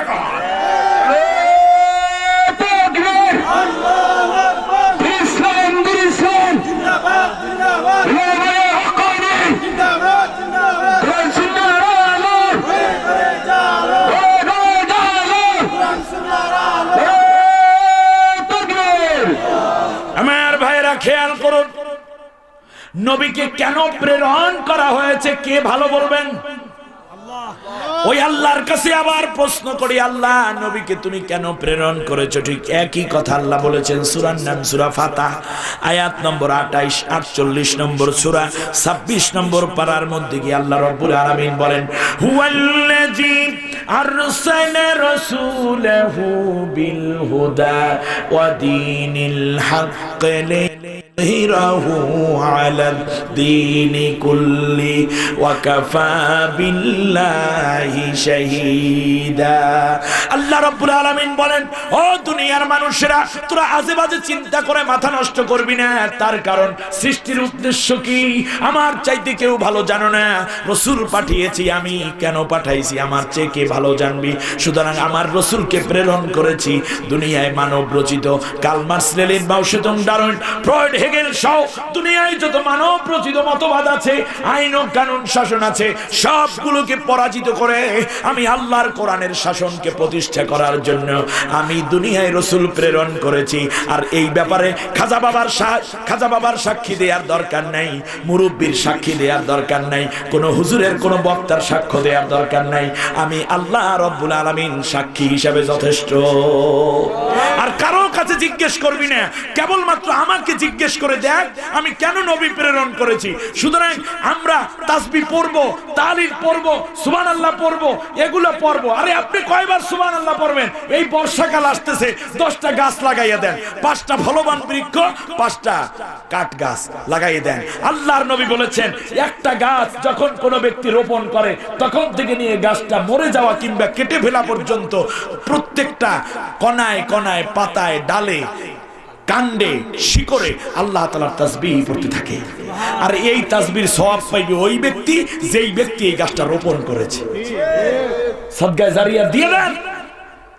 শুধু তাসবিহ তাহলিল করার জন্য যদি নবীকে প্রেরণ করা হতো, তাহলে উহুদের ময়দানে দান শহীদ হতো না, ঠিক না বলেন? নবী যদি বুঝতেন যে শুধু তাহাজ্জুদ পড়ে জান্নাতে যাওয়া যায়, তাহলে আল্লাহর নবী তায়েফের জমিনে রক্ত দেওয়া লাগতো না। আবু বকর যদি বুঝতেন, আবু বকর রাদিয়াল্লাহু আনহু যদি বুঝতেন যে কোরআন খতম করে সুবহানাল্লাহ আলহামদুলিল্লাহ পরে জান্নাতে যাওয়া যাবে, তাহলে কেন এই ঝুঁকি নিতে গেলেন? নিজে না খাইয়া, রাত্রি বেলায় না ঘুমিয়ে 17 মাস পর্যন্ত আল্লাহর নবীর জন্য, বিশ্ব নবীর জন্য দরজার পাশে পিঠ লাগাইয়া সারা রাত দাঁড়াইয়া থাকে, আল্লাহর নবী কখন এসে আমাকে ডাক দিবে। হিজরতে নবী আবু বকরকে সাথে নিয়ে যাবেন বলে সারা রাত ঘুমায় না 17 মাস পর্যন্ত। আল্লাহু আকবার। মহাব্বত কারে কয়, আনুগত্য কারে কয় বুঝুন। আমার বন্ধুগণ, যদি ওমর রাদিয়াল্লাহু তাআলা আনহু, হযরতে হামজা রাদিয়াল্লাহু তাআলা আনহু বুঝতেন যে শুধু সুবহানাল্লাহ আলহামদুলিল্লাহ পড়ি জান্নাতে যাওয়া যায়, তাহলে উহুদের ময়দানে তাকে শহীদ হওয়া লাগতো না, ঠিক না বলে? আল্লাহ রাব্বুল আলামিন বলেন, কারো কাছে আর কিচ্ছু জিজ্ঞেস করবি না, এই ব্যাপারে আমি আল্লাহই সাক্ষ্য হিসাবে যথেষ্ট, সাক্ষী হিসাবে যথেষ্ট। আল্লাহ রাব্বুল আলামিন আবার কোরআনুল কারীমের মধ্যে বলতেছেন, ও দুনিয়ার মানুষেরা শোনো, ওয়ালাকাদ বা'আসনা ফি কুল্লি উম্মাতির রাসূলা আন ইবুদুল্লাহা ওয়াজতানিবুত তাগুত। কার কথা বলবেন না? আল্লাহ রাব্বুল আলামিন বলেন সূরা আনআমের আয়াত নম্বর 36, 16 নম্বর সূরা 14 নম্বর পারার মধ্যে গিয়ে আমার আল্লাহ ডাক দিয়ে বলেন, একদিকে আমি আল্লাহ রব্বুল আলামিন খেলাফতের দায়িত্ব পালন দিয়েছি, অপরদিকে তাগুতি শক্তি অর্থাৎ আমি আল্লাহর কোরআন এবং নবীর সুন্নতের বাইরে, নবীর আদর্শের বাইরে যত মতবাদ আছে সবগুলাকে বাদ দিয়া একমাত্র আমার হুকুম মানার মাধ্যমে আমার গোলাম হিসাবে আমার বান্দারা চলবে এবং আল্লাহ বিরোধী যত আইন আছে সব আইনগুলো থেকে তারা নিজেরা সেফ থাকবে। এই জন্য আমি নবী প্রেরণ করেছি। সুবহানাল্লাহ। এজন্য প্রত্যেক নবীকে মারতে চেয়েছে যারা, তারা কিন্তু তৎকালীন দেশের সাধারণ কোনো পাবলিক না, তারা ছিল রাষ্ট্র ক্ষমতার মালিক, ঠিক না বলেন? মুসা আলাইহিস সালামকে মেরে ফেলতে চেয়েছে যে তার নাম কি? ফেরাউন রাষ্ট্রে কি গরু বেচে নাকি? কি বাদশা। তার কারণ নবী এসেছেন, নবীরা এসেছেন লিইউযহিরাহু মানে লিইগুলিবাহু আলা সাইরিল আদিয়ান। খেলাফতের দায়িত্ব পালন মানে হচ্ছে প্রতিনিধিত্ব করবে কার? এখন ফেরাউন প্রতিনিধিত্ব করে শয়তানের, আর নবী এসে বলছেন, মুসা আলাইহিস সালাম বলছেন না আমি প্রতিনিধিত্ব করব আল্লাহর। বাইজে গেছে দ্বন্দ্ব। ইব্রাহিম আলাইহিস সালামকে আগুনের মধ্যে ফেলে পুড়ে হত্যা করতে চেয়েছে যে তার নাম কি? নমরুদ। কি রাষ্ট্রে কাপড় বেচে নাকি? নমরুদ কি? বাদশা। এর মানে নবীর কাজ বাদশাহিত্ব নিয়ে ওই রাষ্ট্র শাসন করা নবীর কাজ, এটাই খেলাফতের দায়িত্ব, ঠিক না বলেন? মুহাম্মদ সাল্লাল্লাহু আলাইহি ওয়াসাল্লামকে হত্যা করতে যে চেয়েছে তার নাম কি? আবু জেহেল। আবু জেহেল কি করে? এলাকার মধ্যে কি গরু চাষ করে নাকি? হ্যাঁ, মক্কার বাদশা, মক্কার প্রেসিডেন্ট, মক্কার প্রেসিডেন্ট। এর মানে হচ্ছে নবীর কাজ কিন্তু প্রেসিডেন্সিয়াল বিষয় নিয়ে। এর মানে ওই দেশের মধ্যে কি আইন চলবে, কার আইন চলবে, এইটা নিয়ে নবীর দ্বন্দ্ব। তৎকালীন শাসকরা নমরুদ, ফেরাউন, আবু জেহেল এরা বলেছে চলবে আমার আইন, আর নবীরা এসে মুসা, ইব্রাহিম, মুহাম্মদ সাল্লাল্লাহু আলাইহি ওয়াসাল্লাম এরা এসে বলছেন চলবে আল্লাহর আইন। তাহলে নবীর কাজটা কোন জায়গায়? সাধারণ গ্রামে নাকি রাষ্ট্রের মূল জায়গাটায়? এইটাই হচ্ছে খেলাফতের মূল দাবি, এটাই হচ্ছে খেলাফতের দায়িত্ব। আল্লাহু আকবার বলতে চাই না। এবার পরের আয়াতে চলে যাই। তাহলে আল্লাহ তাআলা দুনিয়ায় মানুষ প্রেরণ করেছেন কিসের জন্য বলেন? খেলাফতের দায়িত্ব পালনের জন্য। তাহলে আমরা কার খলিফা বলেন তো দেখি একটু জোরে বলুন, হাত উঁচু করে বলুন, আমরা কার খলিফা? খেলাফতের দায়িত্ব পালন করব কার? পৃথিবীর অন্য কোন নেতার না, অন্য কোন আদর্শের না। আল্লাহ তাআলা বলছেন যে আমি জিন এবং ইনসান জাতিকে তৈরি করেছি, ইন্নী জাইলুন আমি প্রেরণ করতে চাই। পরিকল্পনা, মূল উদ্দেশ্য। এখন তৈরি হয়ে গেছে। এখন আল্লাহ বলেন খলাকতু ওমা খলাকতু, এটা ওয়াহিদে মুতাকাল্লামের সিগা, পাস্ট টেন্স মানে মাজির সিগা। আমার বন্ধুগণ দেখুন, আল্লাহ বলছেন আমি জিন এবং ইনসান জাতিকে একমাত্র আমার ইবাদতের জন্য তৈরি করেছি। সুবহানাল্লাহ বলেন। আমার দিকে তাকান, আমার দিকে তাকান। একমাত্র আমার ইবাদতের জন্য তৈরি করেছি। আচ্ছা বলুন, এটা কি তৈরি করার আগের উদ্দেশ্য, মানে আগের কথা, না তৈরি করার পরের কথা আল্লাহ বলেছেন? করা হয়ে গেছে। যেমন প্রথমে এটা বিজ্ঞানী চিন্তা করলে একটা কলম বানাবো, বানানোর পরে বললেন এটা লেখার জন্য, ঠিক আছে কিনা? এখন দেখুন আল্লাহ রাব্বুল আলামিন বললেন খলাকতু মানে তৈরি হয়ে গেছে, তো এখন তোমাকে বানাইয়াছি, কিন্তু আমি আমার গোলামি, আমারই দাসত্ব করবা। সুবহানাল্লাহ বলেন। এখন দেখুন, এখন ইবাদত কাকে বলে? আমার দিকে তাকান। ইবাদত একটি আম শব্দ, আরবিতে বলে আম শব্দ মানে হচ্ছে একটি ব্যাপক অর্থবোধক শব্দ। এখন ইবাদতটা কি জিনিস? নামাজ কি বলেন? রোজা কি? তাসবিহ তাহলিল করাও কি? কোরআন তেলাওয়াত কি? হজ করা, তাহাজ্জুদ পড়া, এগুলো কি? এই মাহফিল করতেছি আপনারা শুনতেছেন, এটাও কি ইবাদত? কিন্তু একটা ব্যাপার, এই ইবাদতটাকে আল্লাহ তাআলা দুই ভাগে ভাগ করেছেন। একটা পায় আল্লাহ, আর কিছু পায় শয়তান। কিছু পায় কি? আপনারা কি শয়তানের ইবাদত করেন? কেউ করেন? আল্লাহ কোরআনে কেন বললেন সূরা ইয়াসিনে, ইয়া বানি আদম আল্লাহ তা'বুদুশ শাইতান ইন্নাহু লাকুম আদুউম মুবিন। হে আদম সন্তানেরা, আমি কি তোমাদেরকে শয়তানের ইবাদত করতে নিষেধ করি না? এর মানে হচ্ছে আল্লাহর হুকুম অনুযায়ী যা আছে এইটা যখন করা হয় তখন হয় আল্লাহর হুকুম, আল্লাহর ইবাদত। আর আল্লাহর বাইরে অন্য মতবাদ, অন্য চিন্তা দর্শনের পিছনে যে সময় শ্রম দেয়া হয় ওটা পায় শয়তান। খেয়াল করেন নাই মনে হয় কথা। ইবাদত একটি সামষ্টিক শব্দ। এখন দেখুন, ইবাদত বোঝাতে গিয়ে আমি আপনাদেরকে সংক্ষেপে একটা উদাহরণ দিই। সেটা হচ্ছে আমি একজন মানুষ, আমি একজন কি মানুষ। এখন যদি আমি আস্তে আস্তে করে আপনাদেরকে বলি, এই যে অঙ্গটার উপর আমি হাত দিলাম, এটার নাম কি? এটার নাম কপাল। এটার নাম, এটার নাম, এটার নাম, এটার নাম, এটার নাম ঠোঁট। এইগুলো জিহ্বা। এটার নাম থুতনি। এটার নাম গলা। এটার নাম বুক। এটার নাম হাত। এটার নাম আঙ্গুল, পেট, পিঠ, পা। এগুলো তো মানুষ কই? একটু আগে বললেন আমি মানুষ, এতক্ষণ পর্যন্ত যত অঙ্গের নাম বলছেন একটাও তো মানুষ বলেন না। সবটা মিলে হয় মানুষ। ঠিক তেমনি আমার নামাজ, আমার রোজা, আমার ঘুম, আমার নিদ্রা, আমার পায়খানা, আমার পেশাব, আমার ব্যবসা, আমার স্লোগান, আমার মিছিল, আমার মিটিং, আমার বক্তব্য, আমার বৈঠকাদি, আমার দারসুল কোরআন, আমার মাহফিল শোনা, আমার নামাজ, আমার হাল খেতে চাষ, এই সবগুলো মিলে হয় ইবাদত। সবগুলো মিলে কি হয়? ইবাদত হয়। অতএব যারা রাজনীতি করেন যদি আল্লাহর কোরআন অনুযায়ী করেন তাহলে এটাও ইবাদত। কারণ আল্লাহর নবী সাল্লাল্লাহু আলাইহি ওয়াসাল্লাম রাসূল ছিলেন, আবার এই কোরআন দিয়ে 10 বছর মদিনায় রাষ্ট্র চালিয়েছেন, ঠিক কিনা বলেন?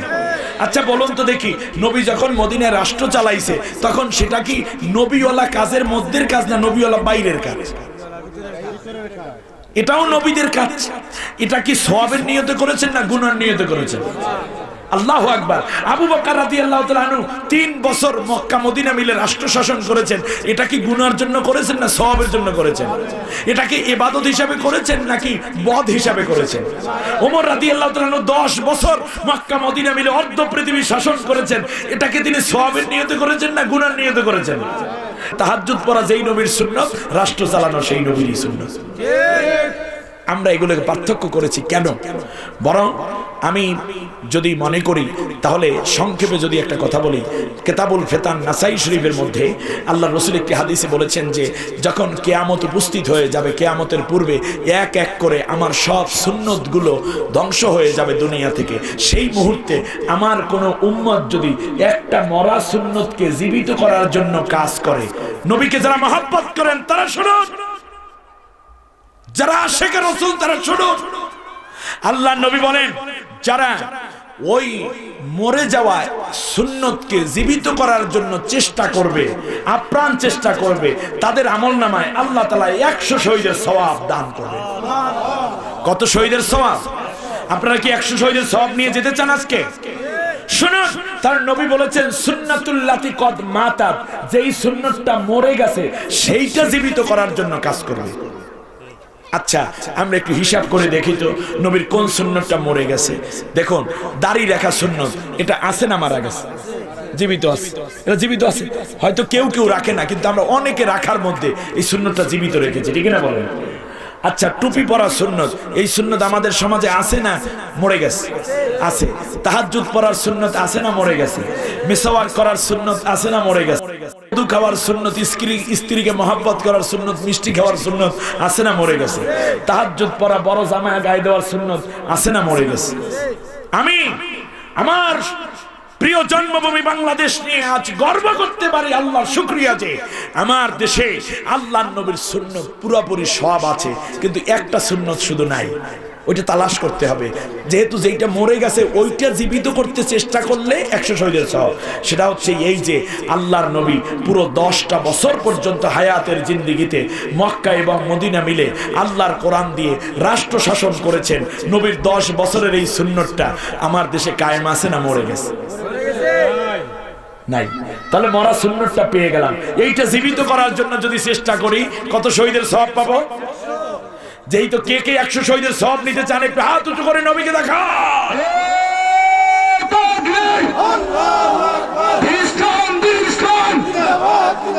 এরপরে আল্লাহ বলছেন, আমি তোমাকে তৈরি করেছি আমার ইবাদতের জন্য।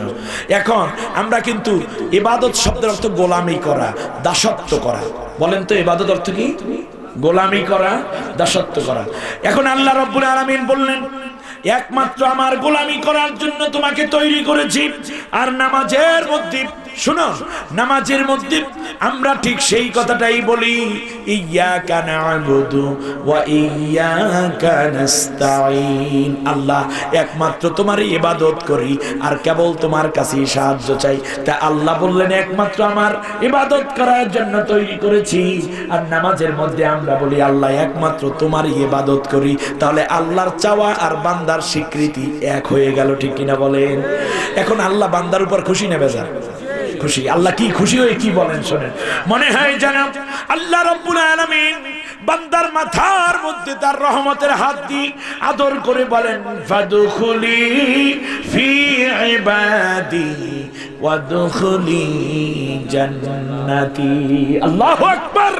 বান্দারে আমার, তুই আমার ইবাদতের মধ্যে পুরোপুরি চলে আয়, আমার আনুগত্য মেনে নে দুনিয়ার সব জায়গায়, আর আমার জান্নাতের মধ্যে চলে আয়। আমার ভাইরা, ইবাদত বলতে সর্বপ্রথম আমরা যে ইবাদতটা ধরি সেটার নাম কি? নামাজ। সেটার নাম কি? নামাজ। এখন আমরা দেখি নামাজের মধ্যে খেলাফতের কি কায়দা আছে, ঠিক না? খেলাফত প্রশিক্ষণ দেবে ইবাদতের মাধ্যমে। এখন দেখেন, নামাজ হইলে পাক পবিত্র হতে হয়, ঠিক কিনা বলেন? পাক পবিত্রতা ছাড়া নামাজ হবে না। এখন শুধু পায়খানা পেশাব থেকে পাক, নাকি খাবারও পাক পবিত্র হতে হবে? হারাম খাইয়ে ইবাদত করলে কাজ হবে না। এরপরে আসেন নামাজে দাঁড়াই। নামাজে যখন আমরা দাঁড়াই তখন স্বাভাবিকভাবে একজন ইমাম লাগে, ঠিক কিনা বলেন? এখন দেখেন সমাজের মধ্যে কি আল্লাহ তাআলা খেলাফতের প্রশিক্ষণ দিচ্ছেন এই নামাজের মধ্যে। সেটা হচ্ছে এই যে নামাজে ইমাম বানাই কাকে বলেন তো দেখি? এলাকায় যার দাড়ি নেই, মোছ নাই, সিগারেট খায়, মিথ্যা কথা বলে, বউ পর্দায় চলে না, তাকে কি ইমাম বানাবেন? না, বরং দাড়ি আছে, সুন্দর পাঞ্জাবি পরে, টুপি পরে, আল্লাহর কোরআনের কথা বলে, সত্য বলে, তাকেই তো আমরা নেতা বানাই, নাকি? হ্যাঁ, এমনকি ইমামের বউকেও আমরা দেখি। বউকে দেখা মানে হচ্ছে বউ পর্দা বসে দিয়ে চলে কিনা, ঠিক কিনা বলেন? আমার বন্ধুগণ, তাহলে সমাজের নামাজের একজন ইমাম সর্বোচ্চ 200, 300, 500 মানুষের ইমাম, ঠিক কিনা বলেন? নেতা, প্রতিনিধিত্ব করে। তাই 500 লোকের ইমাম বানাতে গিয়ে এত কিছু দেখলেন। একজন এমপি একটা এলাকায় কমপক্ষে 3-4 লক্ষ মানুষের প্রতিনিধিত্ব করে, ঠিক কিনা বলেন? সেই ইমামকেও দেখে নিতে হবে সে ইসলাম বোঝে কিনা, ইমান বোঝে কিনা, ঠিক কিনা বলেন? এখন এবারে দাঁড়াইলো নামাজে। নামাজের মধ্যে কাতার সোজা করা অন্যতম একটা ওয়াজিব কাজ, আপনারা জানেন কিনা? আল্লাহ নবী বলেছেন যে ব্যক্তির কারণে, শুনুন, যেই ব্যক্তির কারণে কাতার বাঁকা হবে সে হবে নামাজের জন্য দায়ী। কথা বুঝে আসছে কিনা? ঠিক তেমনি আল্লাহ তাআলা বললেন এখন কাঁধে কাঁধ মিলিয়ে কাতার সোজা করবা। তাই যদি কারো কারণে কাতার বাঁকা হয় তাহলে সে হবে নামাজের জন্য দায়ী। নামাজ কার হুকুম? ঠিক তেমনি নামাজের বাইরে সমাজে, রাষ্ট্রে এবং জাতির মধ্যে আল্লাহর হুকুম আছে না নাই? সেই হুকুম পালনও করতে হবে সারিবদ্ধভাবে। কোন পীরের কারণে, কোন বুজুর্গের কারণে, কোন নেতার কারণে, কোন নেত্রীর কারণে, কোন পুলিশের কারণে, কোন র্যাবের কারণে, কোন হুজুরের কারণে, আলেমের কারণে যদি আল্লাহর কোরআনের শাসন কায়েমে দেরি হয়ে যায়, তার মতানৈক্যের কারণে, দ্বিমতের কারণে, তাহলে মনে রাখতে হবে ওই সমাজে যত গুনাহ হবে সব গুনার দায়ভার তাদেরকে বহন করতে হবে। নামাজের কাতার থেকে এই কথা আল্লাহ আমাদেরকে শেখাচ্ছেন, সুবহানাল্লাহ বলেন। এইবার আসুন নামাজের আরেকটা খেলাফতের শিক্ষা কি পাই দেখি তো। ইমাম সাহেব নামাজের মধ্যে পড়তেছে, খেয়াল করুন আমার দিকে।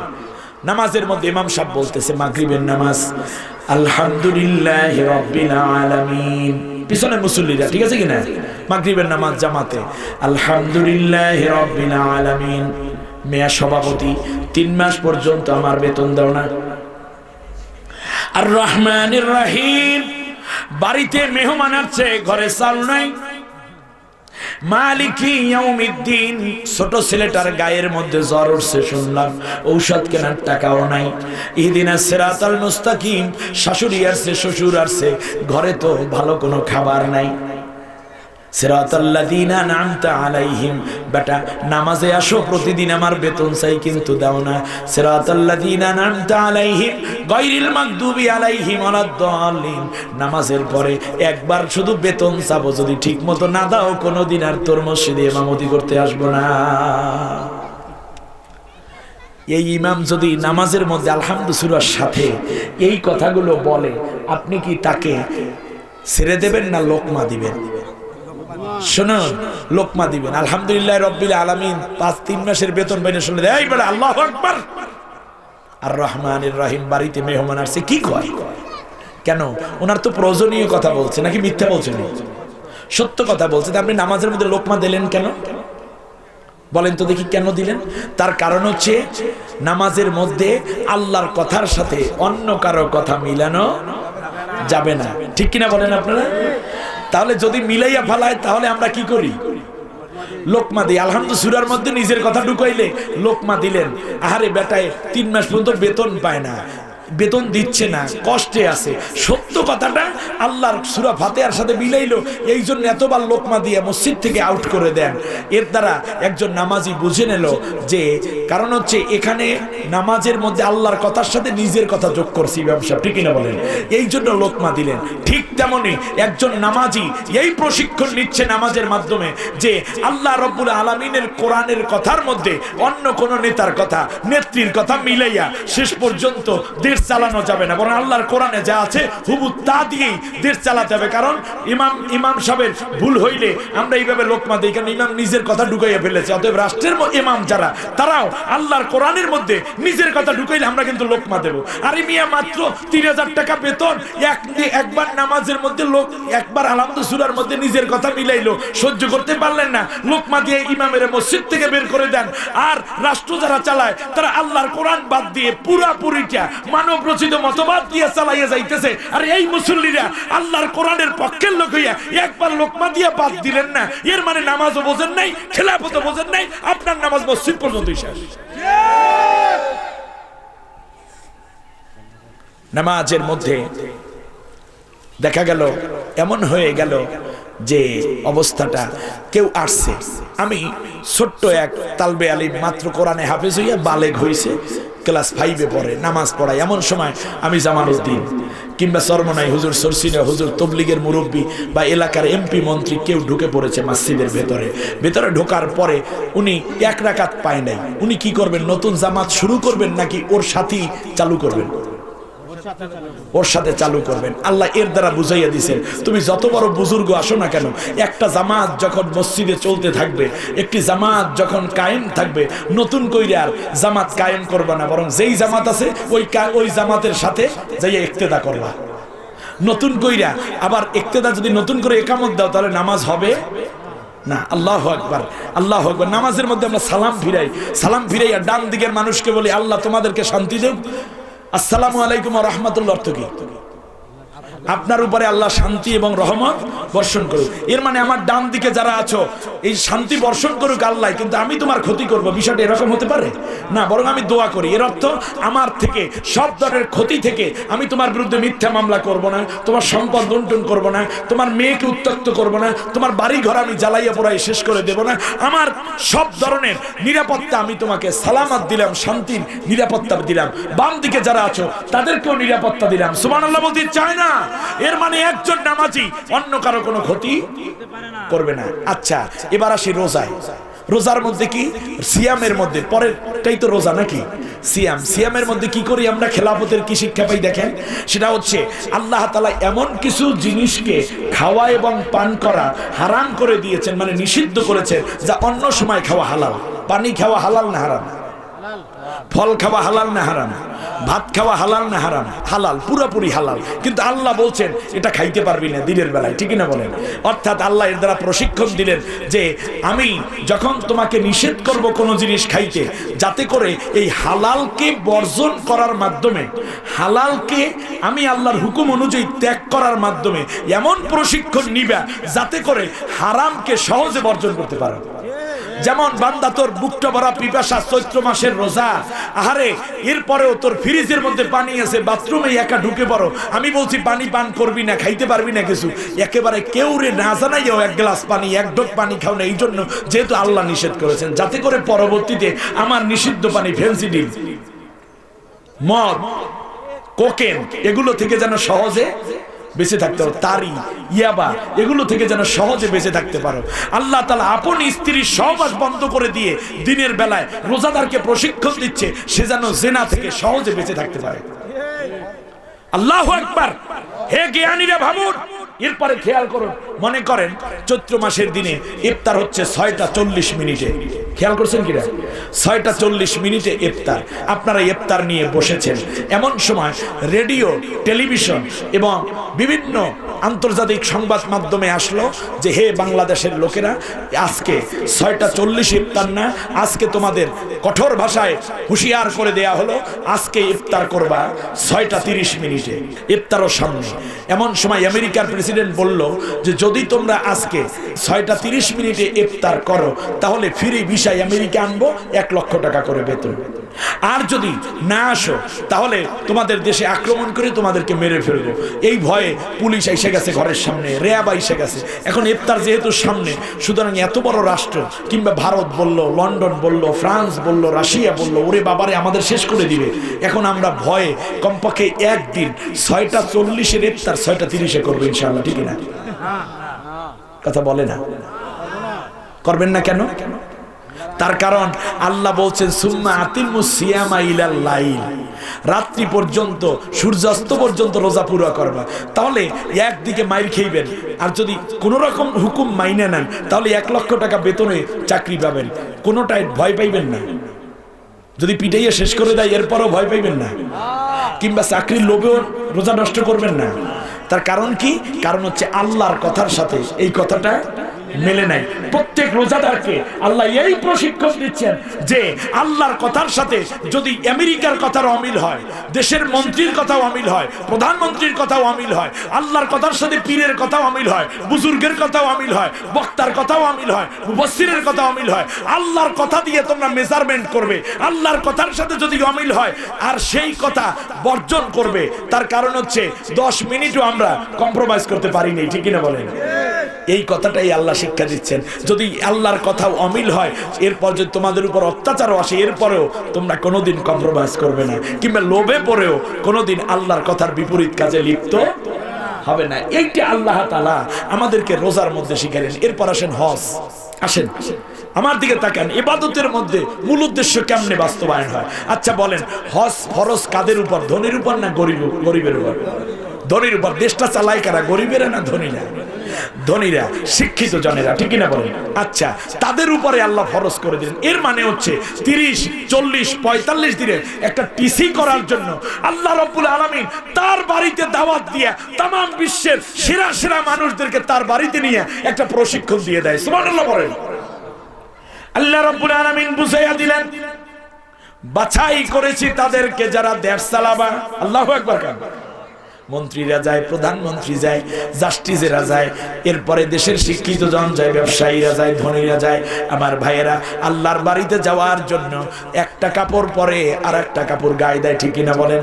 আল্লাহ রাব্বুল আলামিন বুঝাইয়া দিলেন, হে আমার দুনিয়ার বান্দা বান্দীরা, নিজেরা কোনো অহংকার করবি না, নিজেরা কোনো তাকাব্বুরি করবি না। আমি আল্লাহ রাব্বুল আলামিনের খেলাফতের দায়িত্ব পালন করতে গিয়ে সব সময় তোমরা দামি কাপড় চোপড় পরে থাকতে পারবা না। কখনো আরামের জীবন, কখনো জেলের জীবন যাইতে পারে, ঠিক না বলেন? কখনো বেশি খাওয়া, কখনো কম খাওয়াও লাগতে পারে।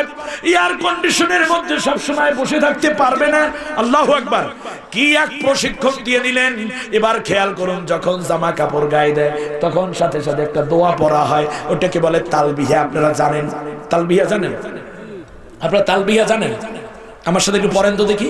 লাব্বাইকা আল্লাহুম্মা লাব্বাইক লাব্বাইকা লা শারীকা লাকা লাব্বাইক ইন্নাল হামদা ওয়ান নি'মাতা লাকা ওয়াল মুলক লা শারীকা লাক। ঠিক না বলেন? তাহলে দেখুন তালবিয়াটার অর্থ কি। আমার দিকে তাকান, আমার দিকে তাকান। তালবিয়ার অর্থ হচ্ছে লাব্বাইক আল্লাহুম্মা লাব্বাইক, হাজির, হে আল্লাহ আমি হাজির। সুবহানাল্লাহ বলেন। মনে হয় যেন এই যে আমরা স্কুলে আমরা আগে হাজিরা খাতায় নাম থাকতো, আর টিচার বলতো রোল নম্বর 1, 2, 3। আমরা কি বলতাম? ইয়েস স্যার, প্রেজেন্ট স্যার, হাজির স্যার। আমরা আরবিতে বলতাম লাব্বাইক, মাদ্রাসায় বলতাম কি? লাব্বাইক। মনে হয় যেন প্রত্যেক হাজির নাম আল্লাহ আগেই রহমতের খাতায় উঠাইয়া রাখছে। আরাফাতের ময়দানে কল হয়, হাজিরা খাতায় ডাক দেয়, হাজি বলে আল্লাহ আমি লাব্বাইক। মিনায় আর একবার হাজিরা খাতা রোল কল হয়, বলে লাব্বাইক। আর একবার মুজদালিফায় হাজিরা হয়, সেখানেও বলে আল্লাহ আমি লাব্বাইক। মিনার মধ্যে লাব্বাইক, সব জায়গায় জামারার নিকটেও আমি লাব্বাইক, সুবহানাল্লাহ। আমার বন্ধুগণ খেয়াল করুন, এরপরে লাব্বাইক অর্থ কি? আল্লাহ আমি হাজির, হে আল্লাহ আমি তোমার ডাকে হাজির। কারা বলতেছে? দেশের মধ্যে শাসক শ্রেণী, ধনী শ্রেণী, ঠিক না বলবেন? ইন্নাল হামদা লা শারীকা লাকা লাব্বাইক, তোমার কোনো শরীক নেই, তুমি এক এবং অদ্বিতীয়, ঠিক আছে কিনা? এরপরে এই হাজির আবার বলে ইন্নাল হামদা, নিশ্চয় সব প্রশংসা তোমার জন্য, সুবহানাল্লাহ। একদিকে আল্লাহর প্রশংসা করে আর একদিকে নেতার প্রশংসা করে, এইরকম মুনাফিকদের হজ কবুল হয় না, ঠিক না বলেন? প্রশংসা একমাত্র কার? তোমার নেতা তোমারে কি দিয়েছে? সব দিয়েছেন কে? আল্লাহ। ইন্নাল হামদা ওয়ান নি'মাতা, সব নিয়ামত আল্লাহ। আমার এক সময় গাড়ি ছিল না, বাড়ি ছিল না, আমি ছিলাম পথে পড়া একটা মানুষ, তুমি আমার মেম্বার বানিয়েছো, চেয়ারম্যান বানিয়েছো, টিওনো বানিয়েছো, ডিসি বানিয়েছো, ধনী বানিয়েছো, সুবহানাল্লাহ বলেন। ওয়ান নি'মাতা লাকা, তোমার জন্যই নিয়ামত, আল মুলকু লাক, আল্লাহ তোমার জন্যই রাজত্ব। এর মানে খেলাফতের প্রশিক্ষণ, ঠিক আছে কিনা? যে এই রাজত্ব চলবে আমার হুকুম অনুযায়ী, এই রাষ্ট্র আমি আল্লাহ তোরে মন্ত্রী বানাইছি, এমপি বানাইছি, ডিসি বানাইছি, এসপি বানিয়েছি, টিওনো বানিয়েছি, পুলিশ বানাইছি, সব কিছু আমি বানিয়েছি। সুতরাং লাকাওয়াল মুলক, আমার জন্যই রাজত্ব হবে। এই রাজত্বের মধ্যে আমার কোরআন দিয়ে শাসন চলবে, অন্য কারোটা নয়। কারণ বারবার এই তালবিয়ার মধ্যে বলে লাকাওয়াল মুলক, আল্লাহ তোমার জন্য রাজত্ব। এই কথাগুলো আল্লাহ কাদেরকে দিয়ে বলাইলেন? যারা রাষ্ট্র চালায়, ঠিক না বলেন আমার ভাইয়েরা? এরপরে এই কথাগুলো তারা বলে আসলো, আসার পরে কি করলো? এক পর্যায়ে ছাপা মারোয়ার মধ্যে দৌড়ায়, ঠিক না বলেন? আল্লাহ রাব্বুল আলামিন বললেন, দেখ আমার হুকুম পালনের জন্য মাঝে মাঝে দৌড়াদৌড়িও করা লাগতে পারে, ঠিক না বলেন? গেল এইটা। এরপরে চলে যায় মিনায়, খেয়াল করতেছেন কিনা আপনারা? চলে যায় মিনায়, মিনায় যাইয়া সেখান থেকে চলে যায় আরাফার ময়দানে, নাকি? আরাফার ময়দানে গিয়া, মিনায় গিয়া মোটামুটি তাবু আছে, ঠিক না? মিনায় তাবু আছে এবং মোটা তাবু, এসি করা রুম আছে, কিন্তু আরাফাতে তাও নাই। উত্তপ্ত রোদের মধ্যে জিলহজ মাসের 9 তারিখে আরে এয়ার কন্ডিশনে থাকা বাদশা, দুনিয়ার সবচেয়ে ধনী মানুষ বলেন কিংবা শিক্ষিত মানুষ বলেন, মন্ত্রী বলেন, এমপি বলেন, সাধারণ একজন শিক্ষিত লোক বলেন, সাধারণ ধনী মানুষ বলেন, সবাই একই সামান্য সামান্য তাবু রোদের মধ্যে, এই ময়দানের মধ্যে শুধু দুইটা হাত উঁচু করে ডাক দিয়ে কয় লাব্বাইক আল্লাহুম্মা লাব্বাইক, আল্লাহ আমি হাজির, আমি হাজির।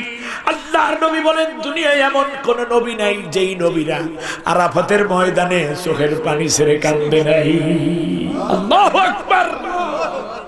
সব নবীরা কেঁদেছেন, সব আউলিয়া ইকরাম কেঁদেছেন, আরাফাতের ময়দানে কান্না আল্লাহ কবুল করেন। আল্লাহু আকবার। সবাই দুইটা হাত উঁচু করে আল্লাহরে ডাক দিয়ে কয় লাব্বাইক আল্লাহুম্মা লাব্বাইক, ও আল্লাহ হাজির, আমি হাজির। ইন্নাল হামদা ওয়ান নি'মাতা লাকা ওয়াল মুলক লা শারীকা লাক, আল্লাহ তোমার জন্য প্রশংসা, তোমার জন্য নিয়ামত, তোমার রাজত্ব, তোমার জন্যই রাজত্ব। আল্লাহ রাব্বুল আলামিন, তোমার রাজত্বের মধ্যে অন্য কারো রাজত্বের অংশীদারিত্ব নাই। আল্লাহু আকবার। এবার চলে গেল ওখান থেকে মুজদালিফায়, মুজদালিফায় রাত্রি কাটায়। আহারে, যার বাড়িতে এয়ার কন্ডিশন, 10 জন সিকিউরিটি গার্ড, এরপরে ক্লোজ সার্কিট ক্যামেরা দিয়ে ধরা, এরপরে দাস দাসীর অভাব নাই, কাজের লোকের অভাব নাই, সেই মানুষটা দেখা যায় উপরে শামিয়ানাও নাই, ঠিক না হাজী সাহেব? উপরে শামিয়ানাও নাই, নিচে হাত দিয়ে মরুভূমির মধ্যে ছোট্ট একটা বিছনার চাদর বিছাইয়া দেয়। আহারে, যেতে যেতে আরাফা থেকে রাত হয়ে যায়। আল্লাহ বুঝাইয়া দিলেন, আমার খেলাফতের দায়িত্ব পালন করতে হলে তুমি সব সময় কিন্তু ফুল বিছানা পাবা না। এক সময় দেখবা তুমি বিশ্বনন্দিত মুফাসসিরে কোরআন, লক্ষ লক্ষ মানুষ তোমাকে সংবর্ধনা দেবে, অভিবাদন জানাবে, কিন্তু কখনো এমন হতে পারে জেলের প্রকোষ্ঠে তোমার জীবন কাটানো লাগতে পারে। সুতরাং অভ্যাস কইরা নাও, কখনো ফুলের বিছানা, কখনো দেখবা কাঁটাযুক্ত রাস্তা। সুতরাং খেলাফতের দায়িত্ব পালনের মধ্যে এরকম কষ্ট আসতে পারে। প্রশিক্ষণ নাও। ধনীকেও আল্লাহ প্রশিক্ষণ দিলেন। এরপরে দেখা যায়, ও তুমি যে এখন নিজের কষ্টের কথা চিন্তা করে শয়তানের বিরুদ্ধে বিরোধিতা করতে যেন ভুলে না যাও, সেই জন্য অস্ত্র জোগাড় করো। অস্ত্র কি? ওই আরাফাতের ময়দান থেকে তোমরা 71টা 72টা মতান্তরে 70টা এরকম পাথর জোগাড় করো। কারণ সকালবেলা শয়তানের মারতে হবে, ঠিক না বলেন? সকালবেলা কি শয়তানকে দেখুন, হজের প্রশিক্ষণ কি দেয়া হলো আর আমরা বুঝি কি? এরপরে সকালবেলা শয়তানকে বলুন তো দেখি, ওখান থেকে ফজরের পরে সূর্য উদয়ের আগেই ওখান থেকে রওনা করতে হয়, ঠিক না বলেন? তাহলে মুজদালিফা থেকে চলে আসে কোথায়? জামারায়। জামারায় এসে পাথর নিক্ষেপ করে। প্রথমে পাথর মারে কোনডারে? ছোট শয়তান না বড়ডারে? এর মানে হচ্ছে তাম বিশ্বের মধ্যে যারা বড় বড় শক্তি আছে, ইসলাম বিরোধী শয়তান, সেইগুলার গায়ে পাথর মারা শুরু করে দেয়। এর মানে তাদেরকে পরাজিত করার জন্য প্রশিক্ষণ নিয়ে যা। শয়তান ওখানে বসে আছে না, শয়তানকে মারে কেন? কারণ আল্লাহ তাআলা ইব্রাহিম আলাইহিস সালামকে বললেন তোমার পুত্রকে তুমি জবা দাও। যে এই হুকুমটা ছিল কার? আল্লাহর হুকুম বাস্তবায়ন করতে মিনায় নিয়ে যাচ্ছে। আল্লাহর হুকুম বাস্তবায়নে বাধা দেয় কে? শয়তান। এখন ইব্রাহিম আলাইহিস সালাম পাথর উঠেই বলছেন বাবা তুই ওর গায়ে পাথর মার, ঠিক না বলেন? তার কারণ যে আল্লাহর হুকুম পালনে, আল্লাহর আইন ও শাসন, আল্লাহর বিধান কায়েমে, খেলাফতের দায়িত্ব পালনে বাধা দেবে, তার গায়ে কি মারো? পাথর মারো। আর আমরা তাদের সাথে কোলাকুলি করি।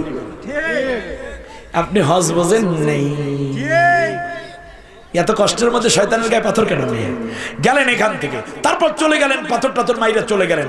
এইদিকে পশু একটা কেনা হয়ে গেছে মিনা বাজার থেকে, ঠিক না বলেন? জবা দিতে হবে। কে? গরুটা কি আপনার শিং দিয়ে কোনোদিন গুঁতে মারছিল? এই দুম্বাটা জবা দেন, ওই কি কোনোদিন আপনার গায়ে পেশাব করছিল? না। এরপরে জবা দেন কেন? আরে পশু জবা দেওয়া তো জরুরত না। আল্লাহ তাআলা শিক্ষা দিচ্ছেন, হে বান্দা তোর ভিতরে আছে, মনের ভিতরে আছে পশুত্ব, হিংসা, বিদ্বেষ, পরশ্রী কাতরতা, অপরকে ঠকানোর চিন্তা, ক্ষমতায় যাওয়ার চিন্তা, ক্ষমতা ধইরা রাখার চিন্তা, সাপ মাইরা ছাপা কইরা দিয়াও তুমি বড় মেয়ে হওয়ার চিন্তা করেছো, অপরের সম্পদ লুণ্ঠন করে তুমি ধনী হওয়ার চিন্তা করেছো, নির্দোষ মানুষকে হত্যা করে প্রমোশন পাওয়ার নেশায় তোমাকে পেয়েছিল। সুতরাং এইরকম হাজার পশুত্ব তোর ভিতরে আছে। হে আমার বান্দা, বাইরেও পশু আছে, তোর ভিতরেও পশু আছে। এই বাইরের পশু জবা দেওয়ার আগে তোর ভিতরের যত পশু আছে সব পশুগুলোর আগে জবা দিয়া বাইরের পশুরে জবা দে, তাহলে আমি আল্লাহ তোর কোরবানি কবুল করে নেব। ভিতরের পশু লালন করে বাইরের নিরীহ পশু জবা দেওয়ার মধ্যে কোনো কল্যাণ নাই। এরপরে পশু জবা দেওয়ার পর কি করি? মাথা কামায়। জোরে বলেন কি? মাথা কামায়। তাই এতক্ষণ পর্যন্ত যত প্রশিক্ষণ পাইলাম সব খেলাফতের প্রশিক্ষণ, ঠিক না বলেন? আল্লাহর হুকুম কায়েমের প্রশিক্ষণ। এতদিন তো আপনি ছিলেন মার্কসিজমের, অর্থাৎ মার্ক্সবাদী, আপনি ছিলেন লেনিন ভক্ত, আপনি ধর্মনিরপেক্ষ মতবাদের ধ্বজাধারী ছিলেন, আপনি ছিলেন সংকীর্ণ জাতীয়তাবাদের ধ্বজাধারী। এখন সবগুলো মাথার ভিতরে আগে ছিল। এখন হজের মাধ্যমে একদিকে পশুত্ব জবা দিয়ে ফেলাইছেন, অপরদিকে আপনি বলছেন আল্লাহ তোর জন্য রাজত্ব। এখন সারা জীবনের সব দর্শন ইজম সবই তো বাদ দিয়ে ফেলাইলেন, পশুত্বকে বাদ দিয়ে। এখন মাথার ভিতরে আগে ছিল মার্কসিজমের চিন্তা, এখন ঢুকছে আল্লাহর কোরআনের শাসন এবং খেলাফতের চিন্তা, ঠিক না বলেন? এখন কি করবা? তা মাথার ঘিলু তো আর ফালাইয়া ধুইতে পারবা না। এই জন্য মাথাটারে কামাইয়া জনমের মতো আল্লাহ তাআলারে বুঝাই দাও, আল্লাহ মাথায় আগে যা ছিল তা কিছু নেই, সব কামাইয়া ফালাইয়া দিছি। এখন থেকে তোমার কোরআনের হুকুমত, তোমার খেলাফতের কাজটাই আমি করব, এইটাই আমার মাথায় আছে, আগেরটা সব ফালাইয়া দিছি। এ ছিল আপনার প্রশিক্ষণ। কিন্তু আপনি কি শিখেছেন? অতএব যেই ইবাদত খেলাফতের প্রশিক্ষণ শিখায় না, এই ইবাদত না। তার কারণ আল্লাহ নবী ফজরের নামাজের জামাতে ইমামতি করার পরে বললেন আমার সাহাবীরা তাড়াতাড়ি চলো, রেডি হয়ে যাও, উহুদের প্রান্তরে 3000 কাফের সৈন্য হাজির, এদের মোকাবেলা করতে হবে। সাহাবীরা সবাই ওই যারা নবীর পেছনে নামাজ পড়লেন সেই 1000 সাহাবী আবার বাড়ির থেকে বিদায় নিয়ে চলে আসলেন। নবী রওনা করলেন। নামাজ পড়ছে কোথায় বলেন? মসজিদে নববীতে, যেখানে 1 রাকাত নামাজ পড়লে 50,000 রাকাতের সওয়াব। সাহাবীরা নামাজ পড়েছেন কার পেছনে? নবীজির পেছনে। আমরা কি এই সুযোগ পেয়েছি? পাইনি। খেয়াল করুন, আল্লাহ নবী নামাজ শেষে বললেন যে যুদ্ধের ময়দানে যেতে হবে। এরপরে রওনা করলেন। আল্লাহ নবী সাল্লাল্লাহু আলাইহি ওয়াসাল্লাম উহুদের ময়দানে যেতে না যেতে আব্দুল্লাহ বিন উবাই, নাম শুনেছেন? মুনাফিক সর্দার। সে বলল এই লোকেরা, নবী আমাদের দেশে আসছে ভালো কথা, আমরা জিকির করি, তাসবিহ পড়ি, সুবহানাল্লাহ বলি, কোরআন খতম করি, মানুষকে খাওয়াই, এতিম খাওয়াই, মিসকিন খাওয়াই, দান সদকা করি, এই তো বেশি। নবীর পিছে নামাজ পড়ি, নবীর মতো পাগড়ি পরি, নবীর মতো জামা পরি, নবীর মতো তেলাওয়াত করি, রোজা রাখি। নবীর পিছে যুদ্ধ করতে যাব কেন? খেলাফতের দায়িত্ব পালনের জন্য ময়দানে যেতে রাজি হয় নাই। ওই 700 সাহাবীর মধ্য থেকে 300 জন, কতজন বলে? 300 জন। তাহলে 1000 থেকে 1000 রওনা করেছে, তার মধ্যে 300 এই আব্দুল্লাহ বিন উবাই অলরেডি দিয়ে মানে ওয়াসওয়াসা দিয়া যুদ্ধের ময়দান থেকে ফিরাইয়া রেখে দিল। কথা বুঝছেন কিনা? এখন আল্লাহ রাব্বুল আলামিন বললেন, নবী গো, যারা তোমার পিছনে নামাজ পড়েছে কিন্তু এই খেলাফতের দায়িত্ব পালনের জন্য যুদ্ধের ময়দানে যাওয়া লাগলো, তোমার পিছনে তোমার ইক্তেদায় তারা নামাজ পড়েছে কিন্তু তোমার ইক্তেদায় দ্বীন কায়েমের জন্য বাতিলের মোকাবেলায় যুদ্ধের ময়দানে যারা যায় নাই তাদেরকে আমি আল্লাহ মুমিন বললাম না, ওরা সব মুনাফিক। তাহলে বুঝলাম কি, শুধু নামাজ নয়, সে নামাজ যদি মসজিদে নববীতে হয়, সে নামাজ যদি আল্লাহর নবীর পিছনে হয়, ওই নামাজি নামাজ পড়ার পরে আল্লাহর দ্বীন কায়েমের জন্য, খেলাফতের কাজ আদায় করার জন্য, খেলাফতের দায়িত্ব পালনের জন্য যদি ময়দানে উপস্থিত না হয়, তাহলে ওই নামাজি মুনাফিক হয়ে যায়, মুমিন থাকে না। ঠিক না? সুতরাং ইবাদতের সাথে খেলাফতের চমৎকার মিল। আমার বন্ধুগণ, কথাগুলো আমি শেষ করতে যাব, এবারে আসুন আমার দিকে তাকান। আমরা ভাত খাই, তাই না? আচ্ছা, হাত ধোয়া, আমার দিকে তাকান। হাত ধোয়া, প্লেট ধোয়া, ভাত লওয়া, এরপরে মাখানো, এইগুলো কি ভাত খাওয়া? এগুলো কি খাবার প্রস্তুতি? জোরে বলেন, এগুলো কি খাবার প্রস্তুতি? এখন আপনি যদি এইগুলো কি খাওয়া বলেন, তাহলে ছাই, কয়লা কিংবা ঘাস এগুলো খাইলে কি খাওয়া হবে নাকি? না, খাবারের মূল উপাদান আবার ঠিক থাকতে হবে। ঠিক আছে কিনা? উপাদান ঠিক, যেমন ভাত লইলেন, হালাল খানা, তরকারি লইলেন, মাছ লইলেন, গোশত লইলেন, বেশ ভালো কথা। খাওয়ার পরে, আমার দিকে তাকান, খাবারের পরে একটা ব্যাপার ঘটে, সেটা হচ্ছে খাইলেন কিন্তু আপনার এই খাবার খাওয়ার পরে খাবার আপনার পুষ্টি দেবে। ঠিক না বলেন? ভালো খাইলে শরীরটা একটু মোটা হবে, চেহারাটা একটু নাদুস নুদুস হবে। ঠিক না বলেন? পোলা এমন এক ছেলে সৌদি আরব গেছে চাকরি করতে, গ্রাম থেকে গেছে, তখন একেবারে ওজন হয়েছে 29 কেজি মাত্র। একেবারে একদিকে কাত হয় আর একদিকে হাঁটে, তাকায় একদিকে, চাইয়ে থাকে আর একদিকে, বলে একটা কয় আর একটা। ঠিক না বলেন? এলোমেলো অবস্থা। এখন মামাই চিন্তা করলো, এই ভাগ্নে দিয়ে কোনো কাজ হইবে না, যা 3 লাখ টাকা খরচ করে পাঠাই দিলাম তোর সৌদি আরব। সৌদি আরব থেকে ভাগ্নে 3 বছর পর আসছে। বাবারে বাবা, পোলা চেনাই যায় না, টসটসা চেহারা। তার কারণ সৌদি আরবের ফল ফ্রুট খাইছে, উটের গোশত খাইছে, দুম্বার গোশত খাইছে, উটনির দুধ খাইছে, এরপরে জমজমের পানি খাইছে, আপেল খাইছে, বেদানা খাইছে। ভাগ্নে খাইয়ে খাইয়ে যেই মজা হইছে, বুইনে কয়, ভাই আমার ছেলের চেনাই জানে। কত রায়বার আসে, এই সেই ছেলের কাছে মাইয়া দেবো, মাইয়া দেবো। দেখতে কি নূরের চেহারা খুলছে। তার কারণ কি, যা খাইছে পুরা চেহারায় বডিতে প্রকাশ পাইছে। ঠিক না বলেন? তার কারণ যা খাইছে, খাওয়ার পরে সেটা হজম হয়েছে। যদি বলেন সেটা কি হয়েছে? সেই হজমের কারণে তার চেহারা সুন্দর হয়েছে, তার চাহনি সুন্দর হয়েছে, চামড়া উজ্জ্বল হয়েছে, শরীরটা মোটা হয়েছে, গায়ে শক্তি আসছে। আমার বন্ধুগণ, ইবাদতগুলো এই রকম যে নামাজ আছে, রোজা আছে, কিন্তু যদি হজম না হইয়া যদি বদ হজম হয়, তাহলে তো ডায়রিয়া, চেহারা যা আছে আরো নষ্ট হইবে। ঠিক না? আমাদের নামাজ, আমাদের জিকির, আমাদের তাসবিহ, আমাদের তাহলিল, আমাদের হজ, আমাদের যাকাত, আমাদের তাহাজ্জুদ, আমাদের কোরআন তিলাওয়াত দ্বারা উচিত ছিল আল্লাহর খেলাফতের বাস্তব প্রশিক্ষণ নিয়ে ময়দানে আল্লাহর হুকুমত কায়েমের জন্য আমরা প্রস্তুতি নেব। কিন্তু দেখা গেল যা খাই সব বদহজম হয়ে আমাদের অবস্থা শেষ। এই জন্য তাম বিশ্ব জুড়ে কাফের মুশরিকেরা আজ আমাদের উপরে খেপেছে, অত্যাচার করে শেষ করে দিচ্ছে। সুতরাং আসুন না, ইবাদতের সাথে খেলাফতের প্রশিক্ষণ নিয়ে আমরা যেন পাই টু পাই করে, হক আদায় করে ইবাদত এবং খেলাফতকে মিলিয়ে নিতে পারি। বলেন আমিন। শেষ কথাটা হচ্ছে, আল্লাযী খালাকাল মাউতা ওয়াল হায়াতা লিয়াবলুয়াকুম আইয়ুকুম আহসানু আমালা। শেষ কথা, আল্লাহ তাআলা বলছেন সূরা মুলকের 2 নম্বর আয়াতে, তোমাকে বানানোর আরেকটা কারণ হচ্ছে এই যে আমি তোমাদেরকে মৃত্যু এবং জীবন দিলাম, যাতে করে আমি পরীক্ষা করে নিতে পারি তোমরা নেক কাজ কে বেশি করতে পারো। সুবহানাল্লাহ বলেন। দায়িত্ব পাইলে, রাষ্ট্র চালাইলে, কিন্তু দেখা গেল আমার কোরআনের বাইরে চললে কিংবা মানুষের অত্যাচার করলে তা হবে না। বরং ধনী গরিব, উঁচু নিচু, শাসক শাসিত সবাইকে আমি পরীক্ষা করে নিতে চাই কে আমার খেলাফতের দায়িত্ব পালনে বেশি তৎপর এবং নেক কাজ কে বেশি করতে পারো। সুবহানাল্লাহ বলেন। আজ থেকে 20 বছর আগে চলে যান, এখন 2017 সাল না, 20 বছর পিছিয়ে গেলে কত হয়? 1997 সাল। 1900 খুব ঠান্ডা মাথায়, আমি কিন্তু গল্প বলি না, এ পর্যন্ত বলি নাই, এখনো বলবো না, সব বাস্তব কথা।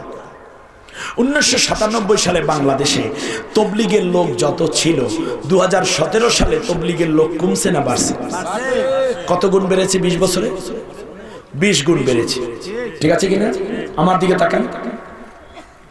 চরমনাইয়ের মুরিদ 1997 সালে যা ছিল, 2017 সালে এসে কমেছে না বেড়েছে?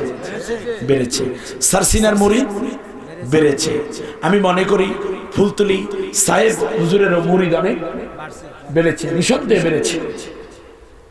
আমি প্রথম যখন হযরতের সাথে দেখা হয়েছে, আল্লাহর ওলির সাথে, আমার মনটা ভরে গিয়েছিল। আল্লাহ, কি চমৎকার তার চেহারা, কি সুন্দর চাহনি, কি চমৎকার কথা। আল্লাহু আকবার। শাহজালালের উত্তর ছিল। আমার বন্ধুগণ, এবারে আসুন, জোনপুরের মুরিদও বেড়েছে। মসজিদের সংখ্যা এই 20 বছরে কি কমছে না বাড়ছে? মাদ্রাসার সংখ্যা বেড়েছে, মাহফিলের সংখ্যাও কি বেড়েছে? আলহামদুলিল্লাহ বলেন। কান খাড়া করে কথা শুনুন, সব ওয়াজ তো একদিনে দিতে পারবো না, কিন্তু যে কথা প্রয়োজন তা না বললেও নয়।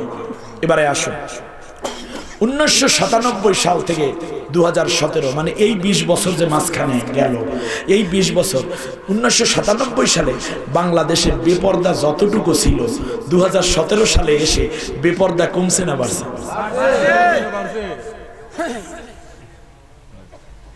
আমার পর্যালোচনা বুঝতে হবে।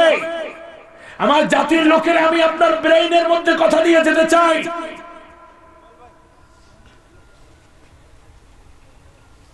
1997 সালে বাংলাদেশে যত বিড়ি, সিগারেট, ইয়াবা, ফেন্সিডিল, গাঁজা, তারি, কোকেন, হিরোইন এগুলো ছিল, 2017 সালে এসে এই 20 বছরে কমছে না বাড়ছে?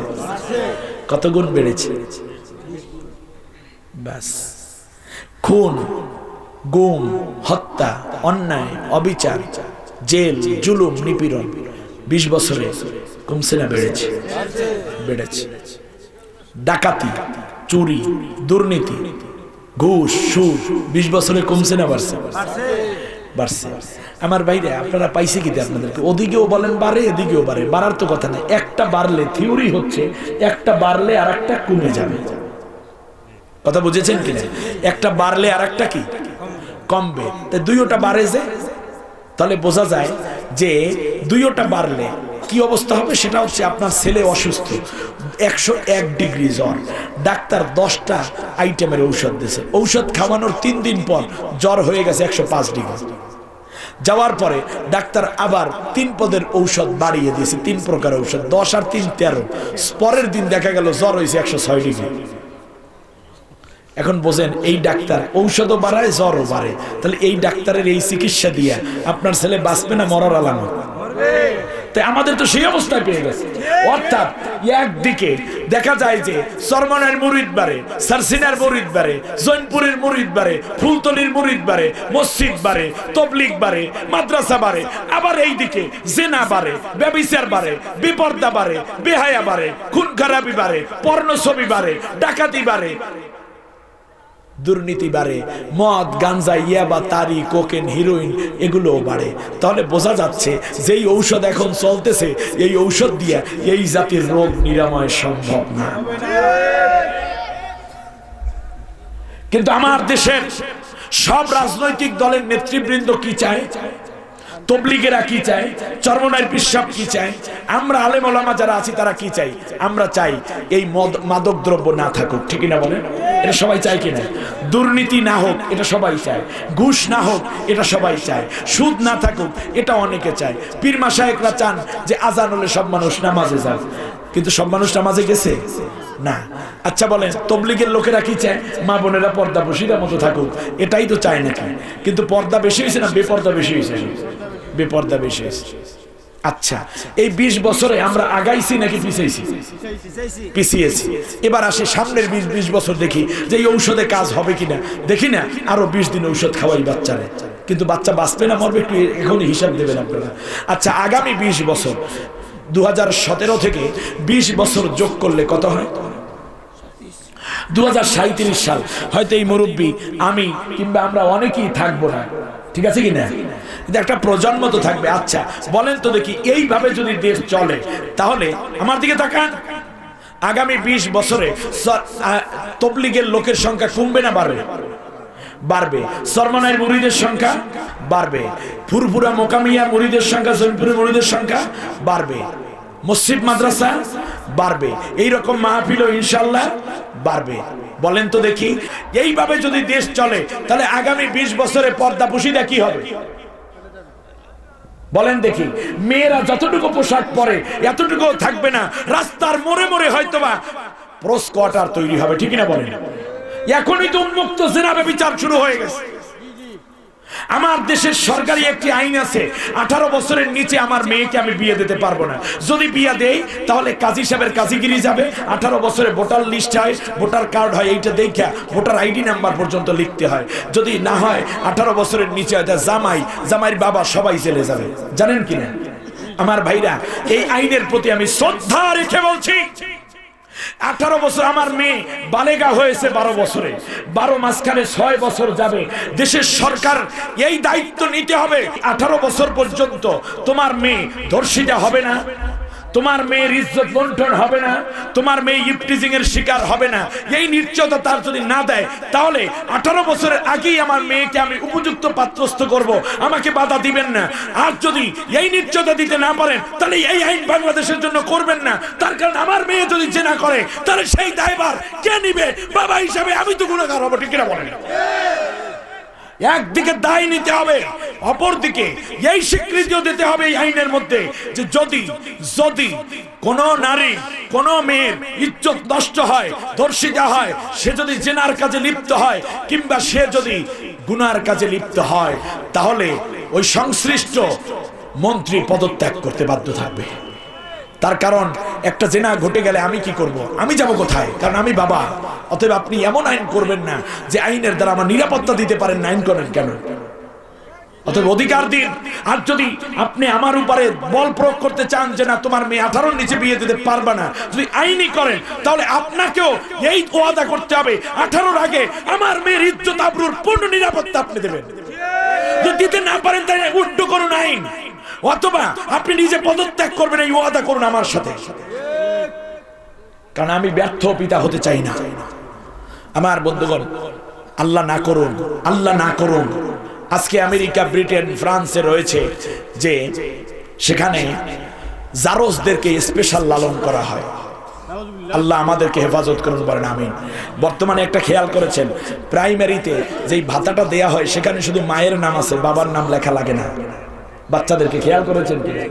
এর মানে জারজ রাষ্ট্র, ফ্রি সেক্সের দেশে ওদের বাবাকে তা তো জানে না, বউ মেয়ে মহিলাও জান না কার সহবাসে এই বাচ্চাটা আসছে, কারণ তার বয়ফ্রেন্ড অনেক। এই জন্য শুধু মায়ের নাম ব্যবহার করা হয়। আমি জানি না কোন উদ্দেশ্যে এত বড় একটা জায়গা। একসময় শুধু বাবার নাম ছিল, পরবর্তীতে আসলো মা এবং বাবা দুইজনের নাম, এখন বাবার নাম বাদ। এর মানে বাবা বাদ হয়ে যাচ্ছে। আমার ভাইরা, একজন মুসলিম হিসাবে আপনাদের কাছে দুটো হাত জোর করে বলি, রাজনীতি বাদ দেন, আগে আল্লাহর দ্বীনকে বুঝুন। আমরা কোন দিকে যাচ্ছি, পরবর্তী প্রজন্ম কোন দিকে যাবে, এবার খেয়াল করুন।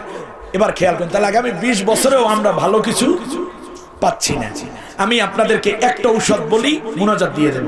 সেটা হচ্ছে এই যে, বলুন তো, আল্লাহ নবী সাল্লাল্লাহু আলাইহি ওয়াসাল্লাম যখন কোরআন দিয়ে রাষ্ট্র শাসন করেছেন তখন কি ওই রাষ্ট্রের মধ্যে কোনো বেনামাজি ছিল? তো তবলিগের লোকেরা তো চায় সব মানুষ নামাজি হোক। সেই রাষ্ট্রের মধ্যে কি কোনো খুন খারাপি ছিল না? তাহলে আমার দেশের সরকার তো চায় দেশের মধ্যে মারামারি না হোক। আচ্ছা, সেই রাষ্ট্রের মধ্যে কোনো বেপর্দা ছিল না? তো সরমনার হুজুর তো চাই মহিলারা পর্দা পুশিদের মতো চলুক। খেয়াল করেছেন কিনা? তাহলে মদ গাঞ্জা ইয়াবা ফেন্সিডিল তারি খুন খারাপি জেনা ব্যভিচার বেপর্দা সব বন্ধ হয়ে যাবে। আল্লাহ রাসূল সাল্লাল্লাহু আলাইহি ওয়াসাল্লাম যখন মক্কা মদিনা কোরআন দিয়ে চালিয়েছিলেন তখন তো এত তাবলীগ ছিল না, এত মসজিদ ছিল না, কিন্তু বেনামাজি ছিল না, জেনা ছিল না, খুন খারাপি ছিল না, নেশাদ্রব্য ছিল না, মাদক দ্রব্য ছিল না, ঠিক কিনা বলেন? অতএব একটা ঔষধ শুধু প্রয়োগ করা বাকি, সেটা হচ্ছে আন আকিমুদ্দিন ওয়ালা তাতাফাররাকু ফিহি। এই জন্য আল্লাহ বলছেন আমার কোরআনের শাসন কায়েম করো, আর এই কায়েম করার জন্য প্রতিনিধি হিসেবে আমি তোদেরকে কবুল করেছি, তোরা হইছে খলিফা। সুবহানাল্লাহ বলেন। সুতরাং আমরা যদি একটা কাজে একটা ঔষধ যদি এখন প্রয়োগ করতে পারি তাহলেই বাংলাদেশ সত্যিকার সোনার বাংলা হবে, আর না হলে দিন দিন আরো কপাল পড়বে আমাদের, ঠিক না বলেন? আল্লাহ রাব্বুল আলামিন আমাদেরকে হক বোঝার তৌফিক দান করুন, বলেন আমিন। দুনিয়ার ভোগ বিলাসিতায় লিপ্ত না হয়ে আখিরাতের সওদা আমরা ক্রয় করব, আল্লাহ কবুল করুন, বলেন আমিন। আল্লাহ তোমার দুয়ারে হাতগুলো বাড়িয়েছি, জীবন পরে যত গুনাহ করেছি আল্লাহ কোরআনের বরকতে নবীজির মহব্বতে আমাদের জিন্দেগীর तमाम গুনাহ রাশি মাফ করে দাও। গুনার বোঝা মাথায় লইয়া দেশ বিদেশে ঘুরি, কোন দিন জানি আজরাইলের হাতে ধরা পড়ি। মাটির দেশে বাড়ি আমার, মাটির দেশে ঘর, আপন আপন করছ যাদের সবই হবে পর। রব্বুল আলামিন গুনার দিকে তাকাইও না, চোখের পানির দিকে তাকাইয়া আমাদের জীবনের প্রত্যেকের तमाम গুনাহ রাশি মাফ করে দাও। আল্লাহ তাআলা একটা মানুষকেও আল্লাহ তুমি গুনাহ নিয়ে বাড়িতে ফিরাইও না, প্রত্যেকের জিন্দেগীর तमाम গুনাহ রাশি মাফ করে দাও। দয়া করে যতদিন বাঁচাইয়া রাখবেন না তোমার কোরআনের শাসন, যেই খেলাফতের দায়িত্ব দিয়ে দুনিয়ায় প্রেরণ করেছ, এই মুহূর্ত থেকে নিয়ে মৃত্যু পর্যন্ত তোমার জমিনে তোমার কোরআনের শাসন এবং নবীর আদর্শ কায়েমের জন্য কাজ করে যাওয়ার তৌফিক দিয়ে দাও। আল্লাহ মুসলমান সন্তান, মুসলমান প্রতিনিধি, মুসলমান নেতা, মুসলমান এমপি, মুসলিম মন্ত্রী, অথচ আল্লাহ তোমার প্রতিনিধিত্ব করে না, কোরআনের শাসনের পক্ষে নেই, বরং যারা কোরআনের পক্ষে কথা বলে তাদের উপর অত্যাচার করে, নিপীড়ন করে। আল্লাহ তুমি তাদের সকলকেই বুঝ নিয়ে কোরআনের পক্ষে কাজ করে যাওয়ার তৌফিক দিয়ে দাও। আল্লাহ তাআলা যা কিছু সওয়াব দিয়েছো লক্ষ কোটি গুণ বাড়াইয়া বিশ্বনবী মুহাম্মদুর রাসূলুল্লাহ সাল্লাল্লাহু আলাইহি ওয়াসাল্লামের রওজা ধারে পৌঁছে দাও। মক্কা মদিনায় যাওয়ার ডাক পড়ে গেছে, কত মানুষ রেজিস্ট্রেশন করছে আল্লাহ তাআলা, কত মানুষ টাকা জমা দিচ্ছে, পাসপোর্ট জমা দিচ্ছে। আল্লাহ এমন কপাল পোড়া এখানে রয়েছে যাদের পাসপোর্টও জমা দিতে পারিনি, মুআল্লিম ফিও জমা দিতে পারিনি। আল্লাহ গভীর রাত্রে কোরআনের ময়দানে বসে রব্বুল আলামিন তোমার কাছে 2 ফোঁটা চোখের পানি জমা রেখে দিলাম, জীবনে একটি বারের জন্য হলেও তোমার ঘর নবীজির রওজা জিয়ারত না করাইয়া কাফনের কাপড় পরাইও না। আল্লাহ সবার ডাকে সাড়া দিও, নীরবে থেকো না, কৌশল করে লয় যায় সোনার মদিনা। নবীর পাশে আবু বকর ওমর, সেখান থেকে নিয়ে জান্নাতুল বাকি, জান্নাতুল মুআল্লা হয়ে तमाम দুনিয়ার মাটির নিচে যত মুমিন মুমিনাত সকলের রয়েছে পৌঁছে দাও মাওলা। আল্লাহ তাআলা এই সুন্দর মাহফিলের আয়োজন যারা করেছেন, সম্মেলনের আয়োজন যারা করেছেন, টাকা পয়সা বুদ্ধি পরামর্শ পরিশ্রম দিলেন, বলতে এবং শুনতে আমরা যারা এসেছি, জানি না কার মা নাই, কার আব্বা নাই। আল্লাহ তাআলা মায়ের কষ্টের কথা কেমনে ভুলবো? 10 মাস 10 দিন গর্ভধারণের কষ্ট, প্রসব বেদনার তীব্র যন্ত্রণা, তিল তিল করে বড় করে তোলার এক বিশাল যুদ্ধ সংগ্রামে লিপ্ত হয়ে গেলেন।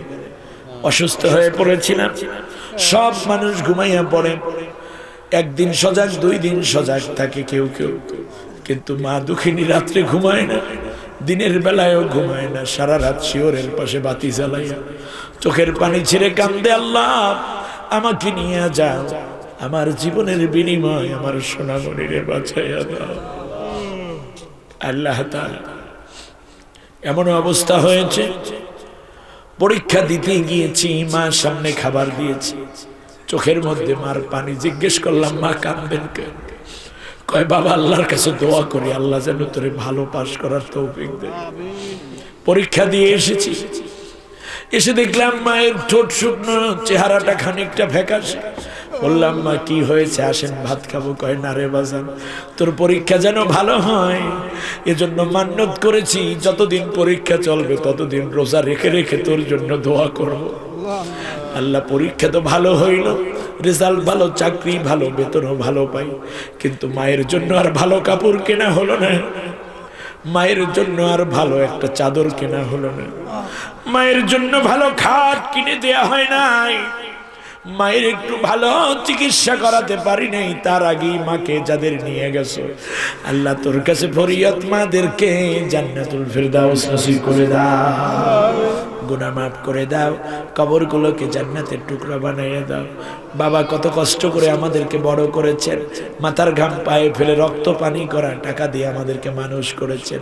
কারো কারো বাবা অন্যের বাড়ি কাজের লোক হয়ে বদলা দিয়ে দিয়ে টাকায় নিয়ে আমাদেরকে পড়ালেখা করিয়েছেন। আল্লাহ আজকে কিচ্ছু দিতে পারলাম না, বাবাকে নিয়ে গেছো, তোর কাছে ফরিয়াদ মালিক। নবী বলেছেন, কোন নেককার সন্তান যখন চোখের পানি ছেড়ে কান্দে, চোখের পানি নাকের ডগায় আসার আগে তুমি মা বাবার জীবনের গুনাহ মাফ করে দাও। আল্লাহ তাকাইয়া দেখো, কত মা হারা সন্তান, বাবা হারা সন্তান চোখের পানি ছেড়ে দিয়েছে। মরিয়া গিয়াছে যার মা ও বাপ, আল্লাহ তুমি তাদের গুনাহ করো মাফ। রব্বুল আলামিন আল্লাহ তাআলা মা বাবাকে জান্নাতি করো। মা বাবা একজন উভয় যাদের বেঁচে আছেন, নেক হায়াত বাড়াইয়া দাও, খেদমত করে তোমার রহমত লাভের তৌফিক দিয়ে দাও। আল্লাহ সন্তানগুলোকে মা বাবার অনুগত বানাইয়া দাও। আল্লাহ আমাদের সন্তানগুলোকে দিনদার বানাও, হাফেজ বানাও, মুফতি মুহাদ্দিস মুফাসসির বানাও, ডাক্তার ইঞ্জিনিয়ার গবেষক বানাও, রাজনীতিবিদ বানাও। আল্লাহ তাআলা বড় বড় ব্যক্তিত্ব বানাও। একটাই দরখাস্ত, আমাদের সন্তানগুলোকে নাস্তিক বানাও না। রব্বুল আলামিন ওদের রোগ বালাই থেকে হেফাজত করো, জীবনে তারাক্কি দাও। আল্লাহ মাহফিলকে কিয়ামত পর্যন্ত কায়েম ও দায়েম করে দাও। আল্লাহ তাআলা এমন করে করে যারা সদস্য হয়েছেন, বিশেষ করে একজন সদস্য ভাই গত বছর ছিলেন, এই বছর আসতে না আসতে দুনিয়ার থেকে বিদায় হয়ে গেছে। আল্লাহ দয়া করে আজকের সওয়াবগুলো তোমার ওই কোরআনের সাথী, তোমার ওই বান্দার রূহ মুবারকে পৌঁছে দাও। আল্লাহ গুনাহগার বলে ডাক দিয়া লজ্জা দিও না, শরম দিও না, বেকসুর খালাস করে নবীর মহাব্বতে জান্নাতি বানাইয়া দাও। আল্লাহ তাআলা মুরব্বীরা হাত পেতেছেন, সামনে কবর ছাড়া কিছু দেখে না। যুবক ভাইয়েরা রয়েছেন, আলেম ওলামা রয়েছেন, শিশুরা রয়েছেন, পর্দার আড়ালের নারীরা। আল্লাহ যার চোখের পানি দেখলে তোমার বেশি মায়া লাগে, যার কান্নার আওয়াজ তোমার আরশ পর্যন্ত গিয়ে ধাক্কা খায়, আল্লাহ তাদের হাতের বদৌলতে আমাদের সকলের মোনাজাত কবুল করে নাও। নারীরা হাত পেতেছেন, জানি না কার মা নাই, কার আব্বা নাই। মা থাকলে কত খবর নিতেন, বাবা থাকলে কতবার নাইর নিতে আসতেন। এখন কত ঈদ আসে যার বাবা কোনোদিন আর আসে না। আল্লাহ তাআলা নারীদের ব্যাপারে তোমার নবী বলেছেন, যেই নারী 4টা কাজের জামিনদার আমার কাছে হবে, আল্লাহ নবী বলেছেন 4টা কাজের জামিনদার হবে যে নারী আমার কাছে, আমি তার জন্য বেহেশতের জামিনদার হয়ে যাব। 1 নম্বর, দৈনিক 5 ওয়াক্ত নামাজ পড়বে, এরপর স্বামীর খেদমত করবে, রমজানের রোজা রাখবে, আর পর্দা পশিদা মতো চলবে।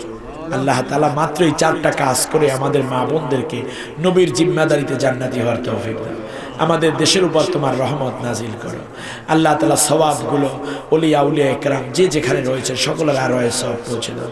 ফুলতলি মারহুম শাহজালাল ইয়ামানি রাহিমাহুল্লাহ থেকে নিয়ে বাংলার জমিনে যত আউলিয়া ইকরাম রয়েছেন সকলের কবরে হাদিয়া পৌঁছে দাও। অত্র এলাকায় যত মুর্দেগান আছে আল্লাহ প্রত্যেকের কবর আযাব আজকের এই মহাসম্মেলনের বরকতে আল্লাহ তুমি মাফ করে দাও। আল্লাহ কোরআনের কথা বলতে গিয়ে, কোরআনের পথে চলতে গিয়ে যারা এই পৃথিবী থেকে বিদায় হয়ে গেছেন, আল্লাহ তুমি তাদেরকে শাহাদাতের পূর্ণ মর্যাদা নসিব করে দাও। রব্বুল আলামিন কোরআনের দায়ী হয়ে যারা জেল জুলুমের নিপীড়নের শিকার নির্যাতনের শিকার, আল্লাহ তুমি তাদেরকে মুক্তির ফয়সালা করে দাও। আল্লাহ সব ধরনের জুলুম থেকে তুমি বাঁচাও, জালেম থেকে আল্লাহ তুমি আমাদেরকে বাঁচাও, ফাসেক থেকে বাঁচাও, শিরক বিদআত থেকে আমাদেরকে বাঁচাও। রব্বুল আলামিন তাম বিশ্বের মুসলমানদেরকে তুমি হেফাজত করো। মায়ানমারের মুসলমানরা কার কাছে যাবে রে মাওলা? দৌড়ে বাংলাদেশে চলে আসে, বিজিবিরা নিষ্ঠুরের মতো ফিরাইয়া দেয়, গ্রেপ্তার করে। ওইদিকে কাফেরদের অত্যাচার, আল্লাহ তাদের জন্য তুমি হামিম ও নাসির হয়ে যাও। আল্লাহ নির্যাতিত মুসলমানদেরকে সাহায্য করবে এমন অভিভাবক শাসক তুমি আমাদেরকে আল্লাহ তাআলা নসিব করে দাও। মরণ যেদিন আসবে, ওই মসজিদের বারান্দার খাট যেই দিন বাসার সামনে হাজির হয়ে যাবে, মাইক অ্যানাউন্স হবে একটি শোক সংবাদ। প্রতিবেশীরা দৌড়ে আসবে, খাট থেকে লাশটা জমিনে শোয়াইয়া দেবে, চোখের পাতা বন্ধ করে দিবে, হাত পা সোজা করে দিবে, কাপড় জামা খুলে একটা অন্য কাপড় দিয়ে শরীরটা ঢেকে রাখবে। কেউ কাফনের কাপড় আনার জন্য বাজারে দৌড়বে, কেউ বা খন্তা কোদাল নিয়ে গায়ের মাপ দিয়ে কবর খননের কাজে হাত দিবে, কেউ বা বড়ই পাতা গরম পানিতে দিয়ে জনমের গোসলের আয়োজন করবে রে মাওলা। সন্তানের আব্বু আব্বু বলে কপালের মধ্যে চুমা খাবে, গালের সাথে গাল লাগাইয়া ডাকবে, জবাব দেওয়া যাবে না। মা মা বলে বুকের মধ্যে মাথা রেখে ডাকবে, আর সোনামণি কাঁদিস না বলে সান্ত্বনা দেওয়া যাবে না। হায়াতের জন্য কোনো আবদার করি না, কোরআনের কথা বলছি, কোরআনের পথে চলছি, এমন অবস্থায় শাহাদাতের মাউত নসিব করে দিও। কিংবা নামাজের মধ্যে যখন সিজদায় পড়ে থাকবো, এমন অবস্থায় মালাকুল মাউত পাঠাইও। রব্বুল আলামিন আল্লাহ তাআলা তোর কাছে আরজ করি, মালিক হে মেহেরবান রব্বুল আলামিন, মৃত্যুর সময় কলিজার টুকরা সন্তান কিংবা ভালো একজন আলেম দ্বারা সূরা ইয়াসিন কানে শোনাই আরামের সাথে ইন্তেকাল দিও। সাকরাতুল মাউত বড় ভয়াবহ রে মাওলা। আল্লাহ তাআলা সাকরাতুল মাউতের তীব্র যন্ত্রণা সহ্য করতে পারবো না। ওই কঠিন মুহূর্তে নবীজির নূরের চেহারা খানায় এক ঝলক দেখাই আসানের সাথে প্রাণ পাখি বের করে নিও, সকলের জবান থেকে জারি করে দিও লা ইলাহা ইল্লাল্লাহু মুহাম্মাদুর রাসূল।